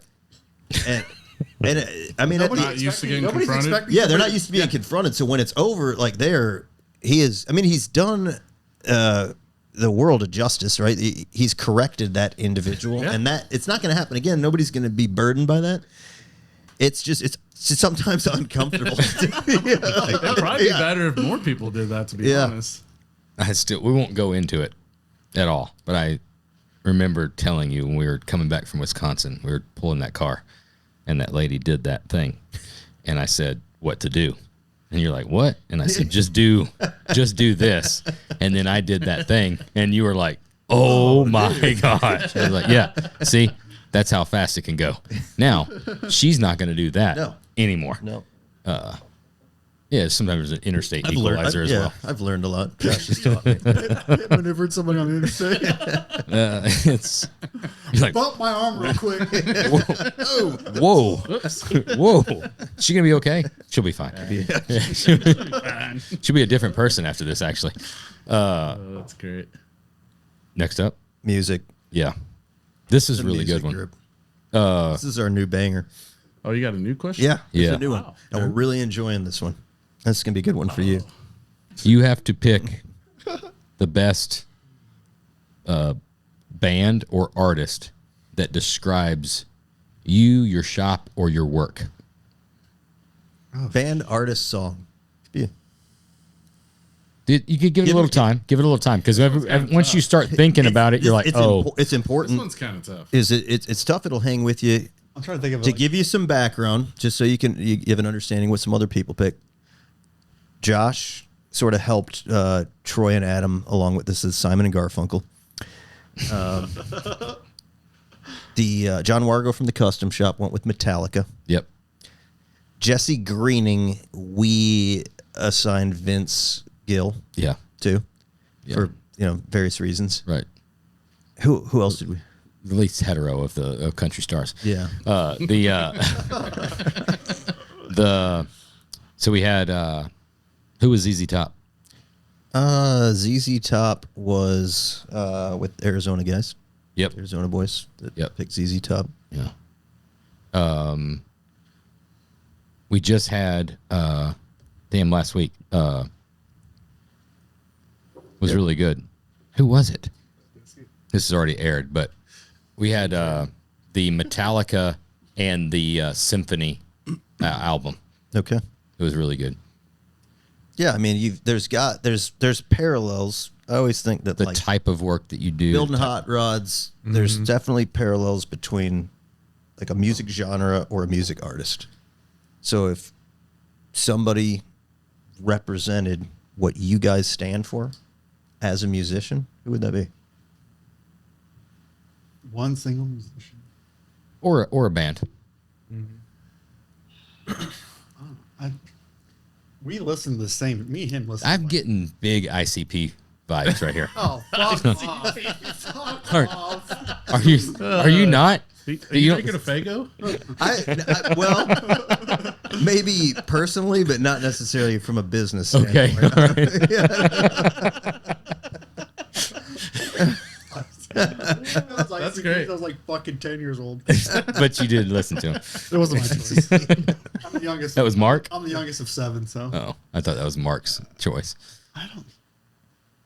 we listen to a lot of hard rock. But I'd say the stuff we listen to is more. I Yeah, think but, in the like- shop when I'm working in the shop, what like really vibes with me, like what brings back like one of the first questions you asked, so, like what got you into cars, like 70s rock reminds me of working on cars in the garage with my dad, and like when I'm working to that music, it just makes everything around it like smooth and like just it's like a different atmosphere. All right, let me ask a couple questions, and I'll do this versus that, and we'll try to hone in on a Skinnerd or Allman Brothers. Skinner. Okay, all right. So Garth Brooks or George Strait? We can listen to a lot of Garth Brooks. I'm a George Strait guy, but then again, I do like Garth. These say things about people, so we're trying to. Or Let's go into or- a gay joke. Let's go into then there's Chris Gaines. Let's not forget about Chris Gaines. Nobody that's ever been on this podcast listens to Chris Gaines. I don't know who that is. You don't know who Chris Gaines is? I don't think so. All right, well, we're detour. All right. Detour. So As good as Garth, I still got as good as Garth Brooks is, let's just look at it this way: has Troy Rad Rides ever completely failed? Oh, God damn it. I know exactly. that's Garth Brooks. This is the equivalent Yeah. for somebody that's done so much good. That was his alter ego. He went Yeah. through like a No, I'm 5 serious. That is This is real. That's actually And him. he an released an actual- I did album. not know that. Yes. Oh yeah. He released an Oh my album. God. Remember when Garth Brooks was Chris Gaines? You want to talk about a loss? Wow. Yeah. It looks like Christian. You want to talk about an absolute dude? That dude's. Listen to Thunder Rolls and then a Chris Gaines, which I don't even know what Chris Gaines songs. I don't were. know. I don't know the man. I don't think there is a popular Chris Gaines song. Is it No. emo? Is it emo country? I don't know what the genre. I've never listened to it. I don't know what the genre was, but it was him reinventing He looks himself. like a white prince. Great. He looks like Derek Zoolander. He does look like a Zoolander. What is that? Exactly. There's the like Hansel School for- reference Yeah. earlier. Yeah, there you go. I don't know Garth or Chris. Garth Brooks was the very first concert I ever went to in Atlanta. Garth Brooks was very instrumental in a lot of my childhood growing up of that music. I don't know the man, never met the man. Listening to his music, seeing some things he's done. Chris Gaines, dude's got a couple loose up there. Like there's some shit that just didn't. It just don't. I think you get to don't- that level of success. And He just everything's got to be. He won't let his music on Spotify. Like it's just everything's got to be a little Chris Gainesy. Like his whole everything he does agree. has got to be a little. Yeah. Yeah. So anyway, that's a Chris Gaines history for you. Learn something new today. So you pick Skinnerd over the Allman Brothers. So that telling you that Why don't you, if you had to compare, Josh, because we've never done this. CCR or Rolling Stones. CCR. Yeah, probably. Probably CCR. Right, now we're fucking going down the right But path. we've never done this internally. So if you had to describe the Roadster Shop or what you do, who would it be and why? Music wise, for me, Yes. And it's not just like Alabama because I like country music. no, It's I gotta get what you're saying. You know the story. It's maybe this question sucks. I mean, I'm trying to like. No, it's difficult to think about, and if you haven't put any thought into it. But if you give it a little bit of time to think, and because Elliot can edit out all of this dead space, so we look like we just came up with it. So were you asking like if we thought of an artist for ourselves? Yeah, everybody. Like, what's Oh, if you were to think, Or the shop. Oh, The- well, I got an artist in All right. mind. what is it? I would compare us to Boston, kind of come out of nowhere, just hit the ground running with some spectacular stuff. We're just kind of doing our own thing. We're not that big of a group yet, Yeah. but we're doing what we're doing. And you know what? Yeah, we might not be producing as much as the big names every single year, but you know what? The stuff we comes out with, it's high quality and it's worth listening to and looking at. Just That's give, good. Just There he give him a goes again. fucking job. There he goes again. That's him a it's fucking the job. fucking perfect answer, dude. Put that out tomorrow on Facebook. No, that's exactly. And you know what's that's funny exactly is it. we listen to a lot of Boston in the shop. We really do. That's Yeah. exactly what we're looking for, dude. How do you feel Be the about Chicago? Dalton Chronicles. Oh, I like Chicago personally, but I think they're a little slept on. But that's okay. I think there's a reason. What's the for it. standout song from them? Oh, Saturday I night. know- Saturday night in the park. I know the album. Saturday in the park. So my dad was a big know that. Chicago Yeah. fan, right? Because of trombone and the big brass. Any of those bands that have the stuff. So that's where I remember being younger. I'm like, I don't really get this. A little bit older, or whatever. I'm like, oh man, I remember listening to this with my dad, and I got a good bit of Chicago on vinyl. Great like instrumentals. To answer your question, I know that we've been talking about this. Skinnerd would probably be my answer. Is that just because you like Skinnerd? No, I'm gonna add. Okay. Watching the Skinnerd documentary will show you a lot. So I'm pretty rough around the edges. Have been in some bigger places than I probably deserve, right? And get shit done. Okay. Not exactly the one that people are going to be like, holy shit, comes up in every single conversation. But in every single conversation, sooner or later, you're like, oh yeah, that Skinnerd song. There's enough there that's similar. And I'm a huge Skinnerd fan, obviously. But there's a lot of other fans. This describes yourself more than anything, then. Yes, that's what you asked me where I'm at now. Shop wise, Yeah. Shop wise, I would go more with shop wise. You're not going to like this one. Shop wise is Run DMC Wow. because so instrumental Okay. and pivotal, and one of those that people keep coming back to and referencing as years go on. Interesting. You don't find that that's more of like, oh yeah, those guys were pretty good. Run DMC. Yeah. Now, if you start going into those types of conversations, Run DMC is like kind of the epicenter of a lot of things happening as far as mainstream into bringing hip hop to. That's an interesting poll. I think Run DMC makes Yeah. a lot of sense. Yeah, I like the explanation. That's deep poll. Yeah. I changed my answer. We're NWA. Oh. First of all, I like it. You're no NWA. We've been There's- introduced to Dalton. They're trying to We're get me trying to to West culture Coast rap. rap trying so to culture hard. rap. for first of all, West Coast rap's the only rap. Yeah, Just so you agreed. know. Josh. Well, don't tell that to my buddy Daniel from New York. He tell you no, that ain't. Josh, that ain't not true. an East Coast rap fan. No, West and not a Biggie Midwest. Smalls fan. Yeah. West and Midwest for sure. 99 Problems West Side Connection. I can listen What's to. that connection? Yeah. 99 Problems is a for some reason, I don't know what it is about that song. I don't listen to much hip hop, but there's always this time, whether it be in the gym or driving or whatever, and it just pops in my head like, you know what? This is a good time for some 99 Problems. I fucking love it. Really? It's a guilty pleasure. I really like fucking 99 Problems, and I'm not a Jay-Z like fan, but I like. I fucking hate Jay-Z. He's I like. I don't like most East Coast rap, to be honest with you. Oh, I say East. For the most Now- part, I agree. You've got the Dirty. For you guys that don't know, that's down in the South. That's where I come Atlanta? from, right? That's back in the day was No Limit, right? If you anybody that listened to any of the No Limit stuff, right? That was that was the shit. And then you've got West Coast, and then you've got like a bunch of people talking about the Bronx and places that nobody gives a shit about. It's just Stuff all that East doesn't, it's Coast. not real. And you got that fat dude that you can't understand. Biggie. Like, dude, that he sucked. He He's got a few sucked. songs. I'm a fan. I'm He's got not. a few I'm not a songs. rap fan. He's I got a do few like some old school '90s rap. The but worst I'm a- lyrics. The worst lyrics. That you're crazy, dude. The lyrics gone are the down best this. part. I Yeah. like listening to what he's got to say. Do you like the fact that he said what's the lyric? He said, she's so fine, I would do blank, blank, blank to her dad. I don't know what that part. I've That's never a heard. lyric. What song is that? I don't know the song, but it's a lyric. He's basically saying she's so fine he'd perform fellatio on her dad. That's in a song. That's quite. That's how hard up he was for lyrics. Tupac had Tupac had 10 songs to every one of Biggie's. Tupac told stories. I mean, Oh, yeah. but Brenda's got a baby. I like Tupac. I He like him both. dunked on Biggie. Dunked on it. I would disagree with that, but I do like Tupac. The I'm just kidding. I mean, All the questions, I'm out. the Chronic CD, Yeah. the Chronic changed everybody's life. And that came from fucking West Coast, dude. Dr. That's Dre. Snoop Dogg. Yeah, but it was Snoop Dogg that carried it. It was. I mean, can we all agree He that says that all Come the on. time now. We got Oh, you got to do it. Ain't no way. Oh, you got to do it. Come on.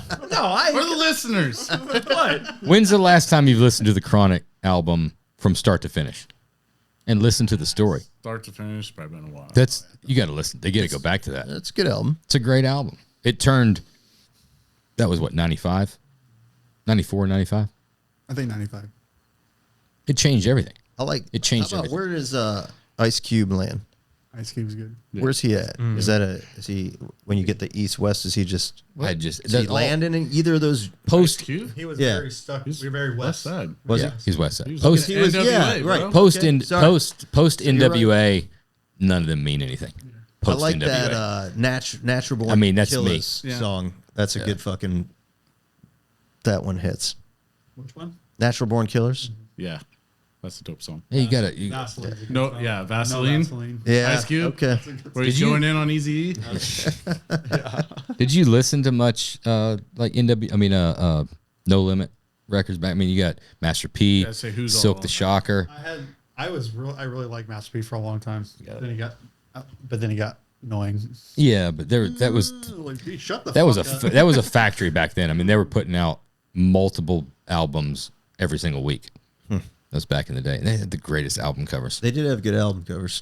Silk the Shocker was one of my favorites. I'm coming back to things that I did listen to, but Bone Thugs is probably number one favorite above all. Dope. Bone Thugs I could go to right now. Yep. That's Cincinnati, wasn't it?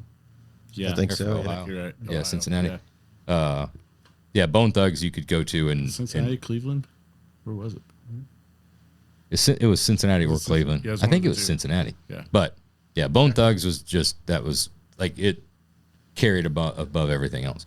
I can't even believe I don't listen to any hip hop, but this is bringing back memories. It's a shame we don't have Phil here. He'd be right. Oh, Phil would he'd be be all about it. crushing Yeah. it. But where Phil's does a big Biggie where does fan. Eminem from Detroit land? You know, he's He was a Eminem- lyricist. He was a lyricist. Eminem fan, huge Eminem fan. Eminem could have done as much or more for mainstream rap and hip hop than Run DMC did. Yeah, But the Run DMC Aerosmith collab, Eminem made everybody included. Like he brought everybody because he was white. yeah, yeah. I could see you. Like that was. You had a little frosted tips back in the day, didn't you? Fuck no, I couldn't afford that. I couldn't even afford bleach. Do it. Can do that shit at home. I couldn't even afford doing it properly. What he put Boston on the shop, and I can't say I disagree with it. Yeah, that's a good. I agree with it more than NWA. And Yeah, I'm just for telling you sure. that you got to step. I I don't know if there's a shop in this industry that's NWA. In this industry? Yeah, no, Probably not. that's a different. No. No, Maybe if you go to Rick Ross car show or something. maybe. There might be a shop there. I don't know. We listen to a lot of Bad Omens and Bring Me the Horizon. Yeah, I'd say new stuff. We're like Bring Me the Horizon, Bad Omens, Asking Alexandria, that kind of stuff. Okay, I don't know if you even know that. No, I don't. Yeah, that's I just was saying okay. What's the Sounds genre good. of music? Bring Me the Horizon's real hard, like Yeah. screamo. it's kinda like music. metal. heavy metal. Pantera-esque. Yeah. Pantera dates you. Does it really? I don't Yeah. know. It's an old one. I really like a lot of like Van Halen type shit like that. Yeah. But I don't know if that describes the shop or not. But then what's the song that goes on if you need to just kick the shit out of something? What goes on when it's like fucking crank it up and everybody's heads down, hands are moving? Of any song? Yeah. Weed. What? Kickstart My Heart. My mouth. Yeah. all the time. All the time. Hard to beat. Yeah. Yeah. That's a vibe. yeah. That's a vibe. Yeah. I could go with that. I like it. That or Pink Pony Club. Pink Pony Club. Oh, white girl music. Not familiar. Don't. Okay. Don't do it. That'll fuck my Spotify feed up. If I'm like, Yes, don't. oh, these There's a guys lot said of Pink songs Pony Club. about the Pink Pony. You ever been to the Pink Pony? No, I don't even know what the hell we're talking about. It's a club Is it? in Florida. It's a club. One of those types of clubs. Yeah, sort of putting that together. Yes. Yes. Just keep All on dancing. pink building and then black legs. The Pink Pony Club. Okay. All right. I think that's it. Best piece of advice. We got best piece of advice. Honestly, for me, I would say being kind of a young person in a weird way, I never thought I'd be where I was, so don't limit yourself is the one thing I've kind of learned. Throw yourself out there sometimes and be willing to accept that you're not going to be perfect. Just chase after the dreams you want to go after. Because you know what? Yeah, you're going to make a hell of a lot of mistakes. You're going to throw a lot of metal away while you're making those mistakes. Yep. But you know what? Live and learn from it and just keep improving on yourself, and you'll find you're going to be far in life before you start even looking back. So Great advice, eloquently put by an amazing voice. That's great. Possibly the industry's biggest upcoming talent. Oh, I mean, I'm just telling you, I hope you had fun. It is over after this. It is over. Yeah. Probably always do the right thing, no matter what. Like doing the right thing is, it's number one. No matter what it takes. No matter what do it it takes, right. just do it fucking right. It's good. I'd say Ice, baby. I'd say corny sounds. I'd say take the leap. Yeah. Like when I went with Dalton, like it was more. It's different. Like when I first started, like a career, like it's when it's just me and my wife or just myself. Like it's different. But like when you have kids involved and you're like, man, like I have Mouths to feed. I have 3 other people depending on me, and like this might not work, and you can't have the mindset like it's gonna fucking work. Like he believes in me, he's taking a shot on me. Like I really have to fucking like buckle down and really fucking go after it. It's good. Yeah.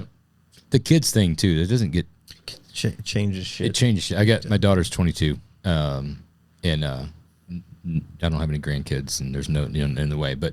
She's just That's crazy to think that you could have grandkids right now. That's how fucking old you are. You could also have grandkids. No. Well, physically, yeah, you could. I don't know. I don't think we're there yet. I'm just telling you how biology works. But when talking about her, she's out of college and she's making some plans and stuff, and we're talking specifically about, hey, the time is now. Like, go get it, do whatever. You don't want to look back, because when you do have a significant other, or you have kids, especially those decisions, what seemed like that's not a big deal, I could go do this. Oh, it's not a big deal, I'll stay out and do this. Oh, it's not a big deal. It's amplified tenfold, because all of those decisions do matter, and your failures are. If you fail, nobody wants to fail, but if you fail and you're like, oh shit, that didn't work out, I guess I have to eat ramen for a couple weeks. That's something you can bear, but you can't make them go without. You can't make their life even dip. Just like even when changing jobs, I went from making 6 figures on my last job, not my most recent job, but before that. And it wasn't talking to the mic, whatever it was. It was just that. Well, I made 6 figures at my long career job before I started getting into this. And just not necessarily I don't make good money. It's just that drop, how it affects everything around you, your lifestyle. It's not like I was living lavishly, but it's man, I had certain things there's certain comforts that you have to take away. And then when you have a kid that's in an age where I want this, I want that. And you're like, man, I can't do that. How do I explain that to you? Yeah. How do I do that? And it's it fucking sucks. So it's and at that point, it's well, now all I can do is really just fucking really, really get after it and prove my worth and get it back up. And then we can do those kind of things. But you really don't think about that kind of shit until it happens. And it's it really fucking up here and you're ooh, reevaluate certain things. Yeah. Responsibilities changes your mentality on things. Fellas, it's been absolutely amazing. Yeah, dude, it's been fun hanging with you. Really good time. It's definitely a good time. For You sure. want to say? I will give you some time to say goodbyes to Diet Dalton or whatever. I know you probably need some. Like he's going five, back with us. like Don't 5 or get any ideas. 5 or 10 minutes to. That's my pitch.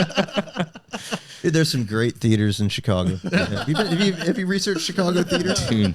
No, I never You were like 40 minutes away. I'm just gonna let you know right now. He was not a fan of the town on the way out. Really? Dirty. Where'd you go? Where'd you guys come? How'd you come? We in? have to take Just you. the ride out. Yeah, stay for the week. We'll take you Well, it some got nice better as places. you came in this direction, I will admit. Yeah, It was better up this way. I will say that. yeah, we're in the middle. Well, how did you guys come in? I mean, you're shooting straight across 80. Well, obviously, start from the airport. So, because we landed. We at flew the in airport. Midway. Oh, Took okay. a You guys rental all the way got north. it. I didn't We know you went guys into flew or Midway. drove. So You went yeah. to Midway? Yeah, we didn't Oh. come into. Oh, So, I mean, yeah. never There mind. you go. Yeah, Yeah, So you I'm with already you. know the now you neighborhood know. we drove through. for I'm with 40 you. miles. Yeah. Yeah, when you land, Fuck that place. when you land in Midway, you've got like the first 35 minutes of that is not. Dude. I've never seen Dude, they got a fucking landfill rough. next to the airport that Don't all the fly into trash blows Midway. out of. Because I mean, like, I'm so lost as to how the streets are that messy. Oh, That's yeah. crazy. So there's only 2 places that you go. That's up here in the suburbs or straight to the city. Downtown. Straight to downtown. Straight to downtown. Nothing else. Nothing else. Yeah, it's not for you. Why are you going there? What, not for me? Yeah, it's not for you. Not for me. I don't think you'd fit in over there. Those places aren't for you. Yes. There's some places for us and those places aren't for you. I like pretty white boys out there. I think tune in again next week and we'll see if we're able to close this deal. It could be the Diet Dalton show. You never know. That's The animated Roadster Shop podcast. I'm telling you what. Oil and Diet Dalton. Yeah. Oil and Diet Dalton. story time. Dude, I will be disappointed if I don't see video content coming from you guys starring him. Okay. I want to see like All dude, right. so many people do these shop tours and like and over here we have this is a 67 Chevelle with The crazy thing about the 67 Chevelle is building ponies. You guys like ponies because this one's got a bunch of them. But him over there, like, dude, I'll be glued to that thing. I'll fucking make some Yeah. popcorn and sit down there and watch the whole thing. Like, Every Tuesday night. yeah, oh, dude, oh my god, it's coming. I'll be texting Josh and Phil, like, dude. Great voice, great attitude, great mentality. I mean, everybody, you all guys killed it. You never know what you're gonna get. It's great getting to meet you guys and learning a little bit more about I think you start to understand the DNA or the identity around a shop when you get to meet guys, especially do this type of podcast. That's why we think it's important for everybody else to understand. You kind of puts a thumbprint and a fingerprint on like, oh, I know what these guys stand for. I know their sense of humor. The ice is broken. I can walk up to a show and be like, what's going on? fucking Diet Dalton. Yeah. You know, you say, Diet Dalton, I heard you on the podcast. yeah. And it's good. It's breaking. It's really interesting to get to know guys like you a little bit better. No, I want to thank you guys for doing this too. Appreciate it. Because I've learned a lot over the last few years listening to you guys and all the guests you've had on, and it makes it easier for me to go up to those guys too. Yeah. 'Cause it's like, all right, this guy's a pretty personable guy. He's probably gonna be pretty cool if I come up to him, absolutely. or vice versa. If they, see one of the cars I brought to a show, like, they're pretty open to talking and just having a good time. That's cool. And yeah, it's definitely like broken down some barriers for sure. Yeah. Which is cool. Well, that's why I said earlier. Yeah. I do think this has had a big impact on the industry. That's good to hear, man. I appreciate that. Good. It is nice to hear a compliment after just the dumb fucking rambling bullshit that we do all the time. It's like, oh fuck, I actually was worth something. That's great. And I do want to thank my customers too. Like, all those guys are awesome. It's like they've gone through, something that they're spending a shit ton of money on. Yep. Yeah. And trusting us, to, follow through with their builds and Absolutely. I don't know. That's a lot of money to be thrown around with people. Well, it is, but they're sort of taking a gamble. Yep. But at the same time, what you guys are doing. Yeah, we've been in this industry a long time, and you see a lot of guys come and go. Yeah. And the writing's usually on the wall. And you guys are, a great group of stand-up fucking guys that are just putting solid work out there. Appreciate that. And it's what the industry needs. It's great for the future of the industry. Yep. There's no bullshit. There's no marketing gimmicks. There's no smoke and mirrors. It's just, here's what we're doing that's badass. And we also do a little bit of show choir and have like a great personality along with us. But you guys have some great talent. Yeah, You y'all guys should have led with that. guys- I mean, dude. No, you guys are, I mean, solid dudes. It's really awesome to 100%. see that's helping the future of this industry grow. You know, that's what it's all about, man. Got to keep it fucking moving and keep some good people coming in, and got to keep raising the bar. And that's what you guys are doing. You know, it's taking it to the next level, and fucking awesome, man. Yeah, I appreciate that. And like, you know, Tim, the owner of the T-Bird last year, just letting us take that around. Like, that was so big for our business. Yeah. Yes, huge. Dude, I don't know if you guys like paid attention, but that thing got rained on every fucking Yes. weekend. I did. Yeah, I did. Every see place that. you went to, it was like, Every fucking weekend. Like, dude, we were sanding it every week. Like, you should go to the Instagram and pull up some of them videos. Do you think it's like 20 gauge now? Yeah, probably. Dude, honestly, I've thought about that. Yeah, it looks like the ground's wet there. Yep. Yeah, like Yeah, it got that's a rained light sprinkle. it's wet and the windshield's wet. Yeah. You should go to Iowa and then Columbus last year. Where it's just dumping. Just fucking. Ah. That's cruising in Columbus. Hold on, Josh. You see the one with the scuff pad? Right there, yeah. That was scuffing it in Builder's Choice at Iowa. That's probably a first for Good Guys show. Look at that. Oh, yeah. Oh, Wow. Yeah, you can see what you're up against there. When we drove it, Oh, and the owner's standing right in the back. So we uncovered it. We didn't get it covered fast enough. Yeah. So it got wet. And it probably rained for another 3 hours. So I was like, oh, shit. This thing's going to be orange by the time we pull it off. As soon as I pull that cover back, it's orange and the customer's standing right there. Yeah, it really. I mean, it doesn't I even was matter like, if what you are get you it. doing? Doesn't even matter if you Get get it out of here. covered. The moisture's getting Yeah. under there and make it. Well, it worse. already got wet, so it trapped it under there. Yeah. And I mean, it was done at that point. Let me ask you a question though about since the car's been shown in Bear Steel, everybody's seen it in Bear Steel, and the customer has. How many people say you should paint it silver? Actually, not very many. a lot of people Really? say keep Most it people say leave it. Well, you hear leave it, but everything we've ever shown in Bear, oh man, we should paint that like It's gotta be metallic silver. Yeah. Like, I dude, have there's gotten that. other options. You've gotten used to Go to seeing go to it. Columbus. It was like the next weekend after that video with the scuff pad. Well, we even talked about a dark green at go one up. point in time. Up. Right there. The one to the left. That's when we were parked right next to you guys. Nope. You went too far, Josh. This To one. the right. To Your the other- right. your other- There you this go, one? right there. Yeah, you gotta wait. Yes, and some wet ground there. Oh, Look at that. dude. That's awesome. Dude, I had so much fun with that last year. It turned into a bathtub. Oh shit. Thank God we had that plastic in. But, you know, That's like, so much work. it's so much work. It actually stayed good that time. Yeah. But you know, we couldn't afford to get a booth space and do all that, you know, last year. No, you did what you needed to do. I was just like, fuck it. We're taking this thing out. We're just going to drive it like it's a regular car. Yeah. Like, Oh, I mean, that's what everybody was talking about. It was fucking awesome. Yeah. I mean, it was either that or people are like, what the fuck is this dumbass doing? You know, bring The this only, thing I mean, out. one thing to keep in mind, you know, to take a play out of Josh's playbook here, if that was on a Roadster Shop chassis, there's a booth that Oh, has can we a have parked it underneath dude your big awning. There's a stacker trailer that fucker would have gone right in the back, and there's a team of guys that would scuff it down. You'd have sent a text and be like, hey, dude, it's looking like it's going to rain. Can I put this? Absolutely. We already got it. We got It's it like open for you. almost pit crew level. It is. Yeah. That's great. Wheels It's just, come off. that's the stuff type. it- That's yeah. the kind. That's the kind of extra that we do. All right. Well, noted. It's not. Keep that in mind. It's just. It's a. It's He's not gonna just, bring it by. We're like, fuck. it's not just the chassis. It's an entire ecosystem. You know. Yeah. It's a. Guys, it's been absolutely fucking awesome. Hell of a good time, fellas. Where are we going to see you at next week or next show? Where are you going to go? I think I'm going to go down to Triple Crown, probably just to hang out. Okay.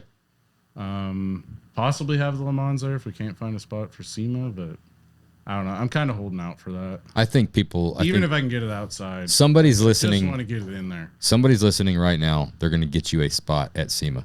I sure hope so. So, I mean, I'm just trying to get my foot in the door. Yep. You know, it's just And then we'll hang out at Triple Crown. yeah. Looking sure. forward to it, man. Yeah. We'll see you again next week. Thanks, guys. Appreciate it, guys.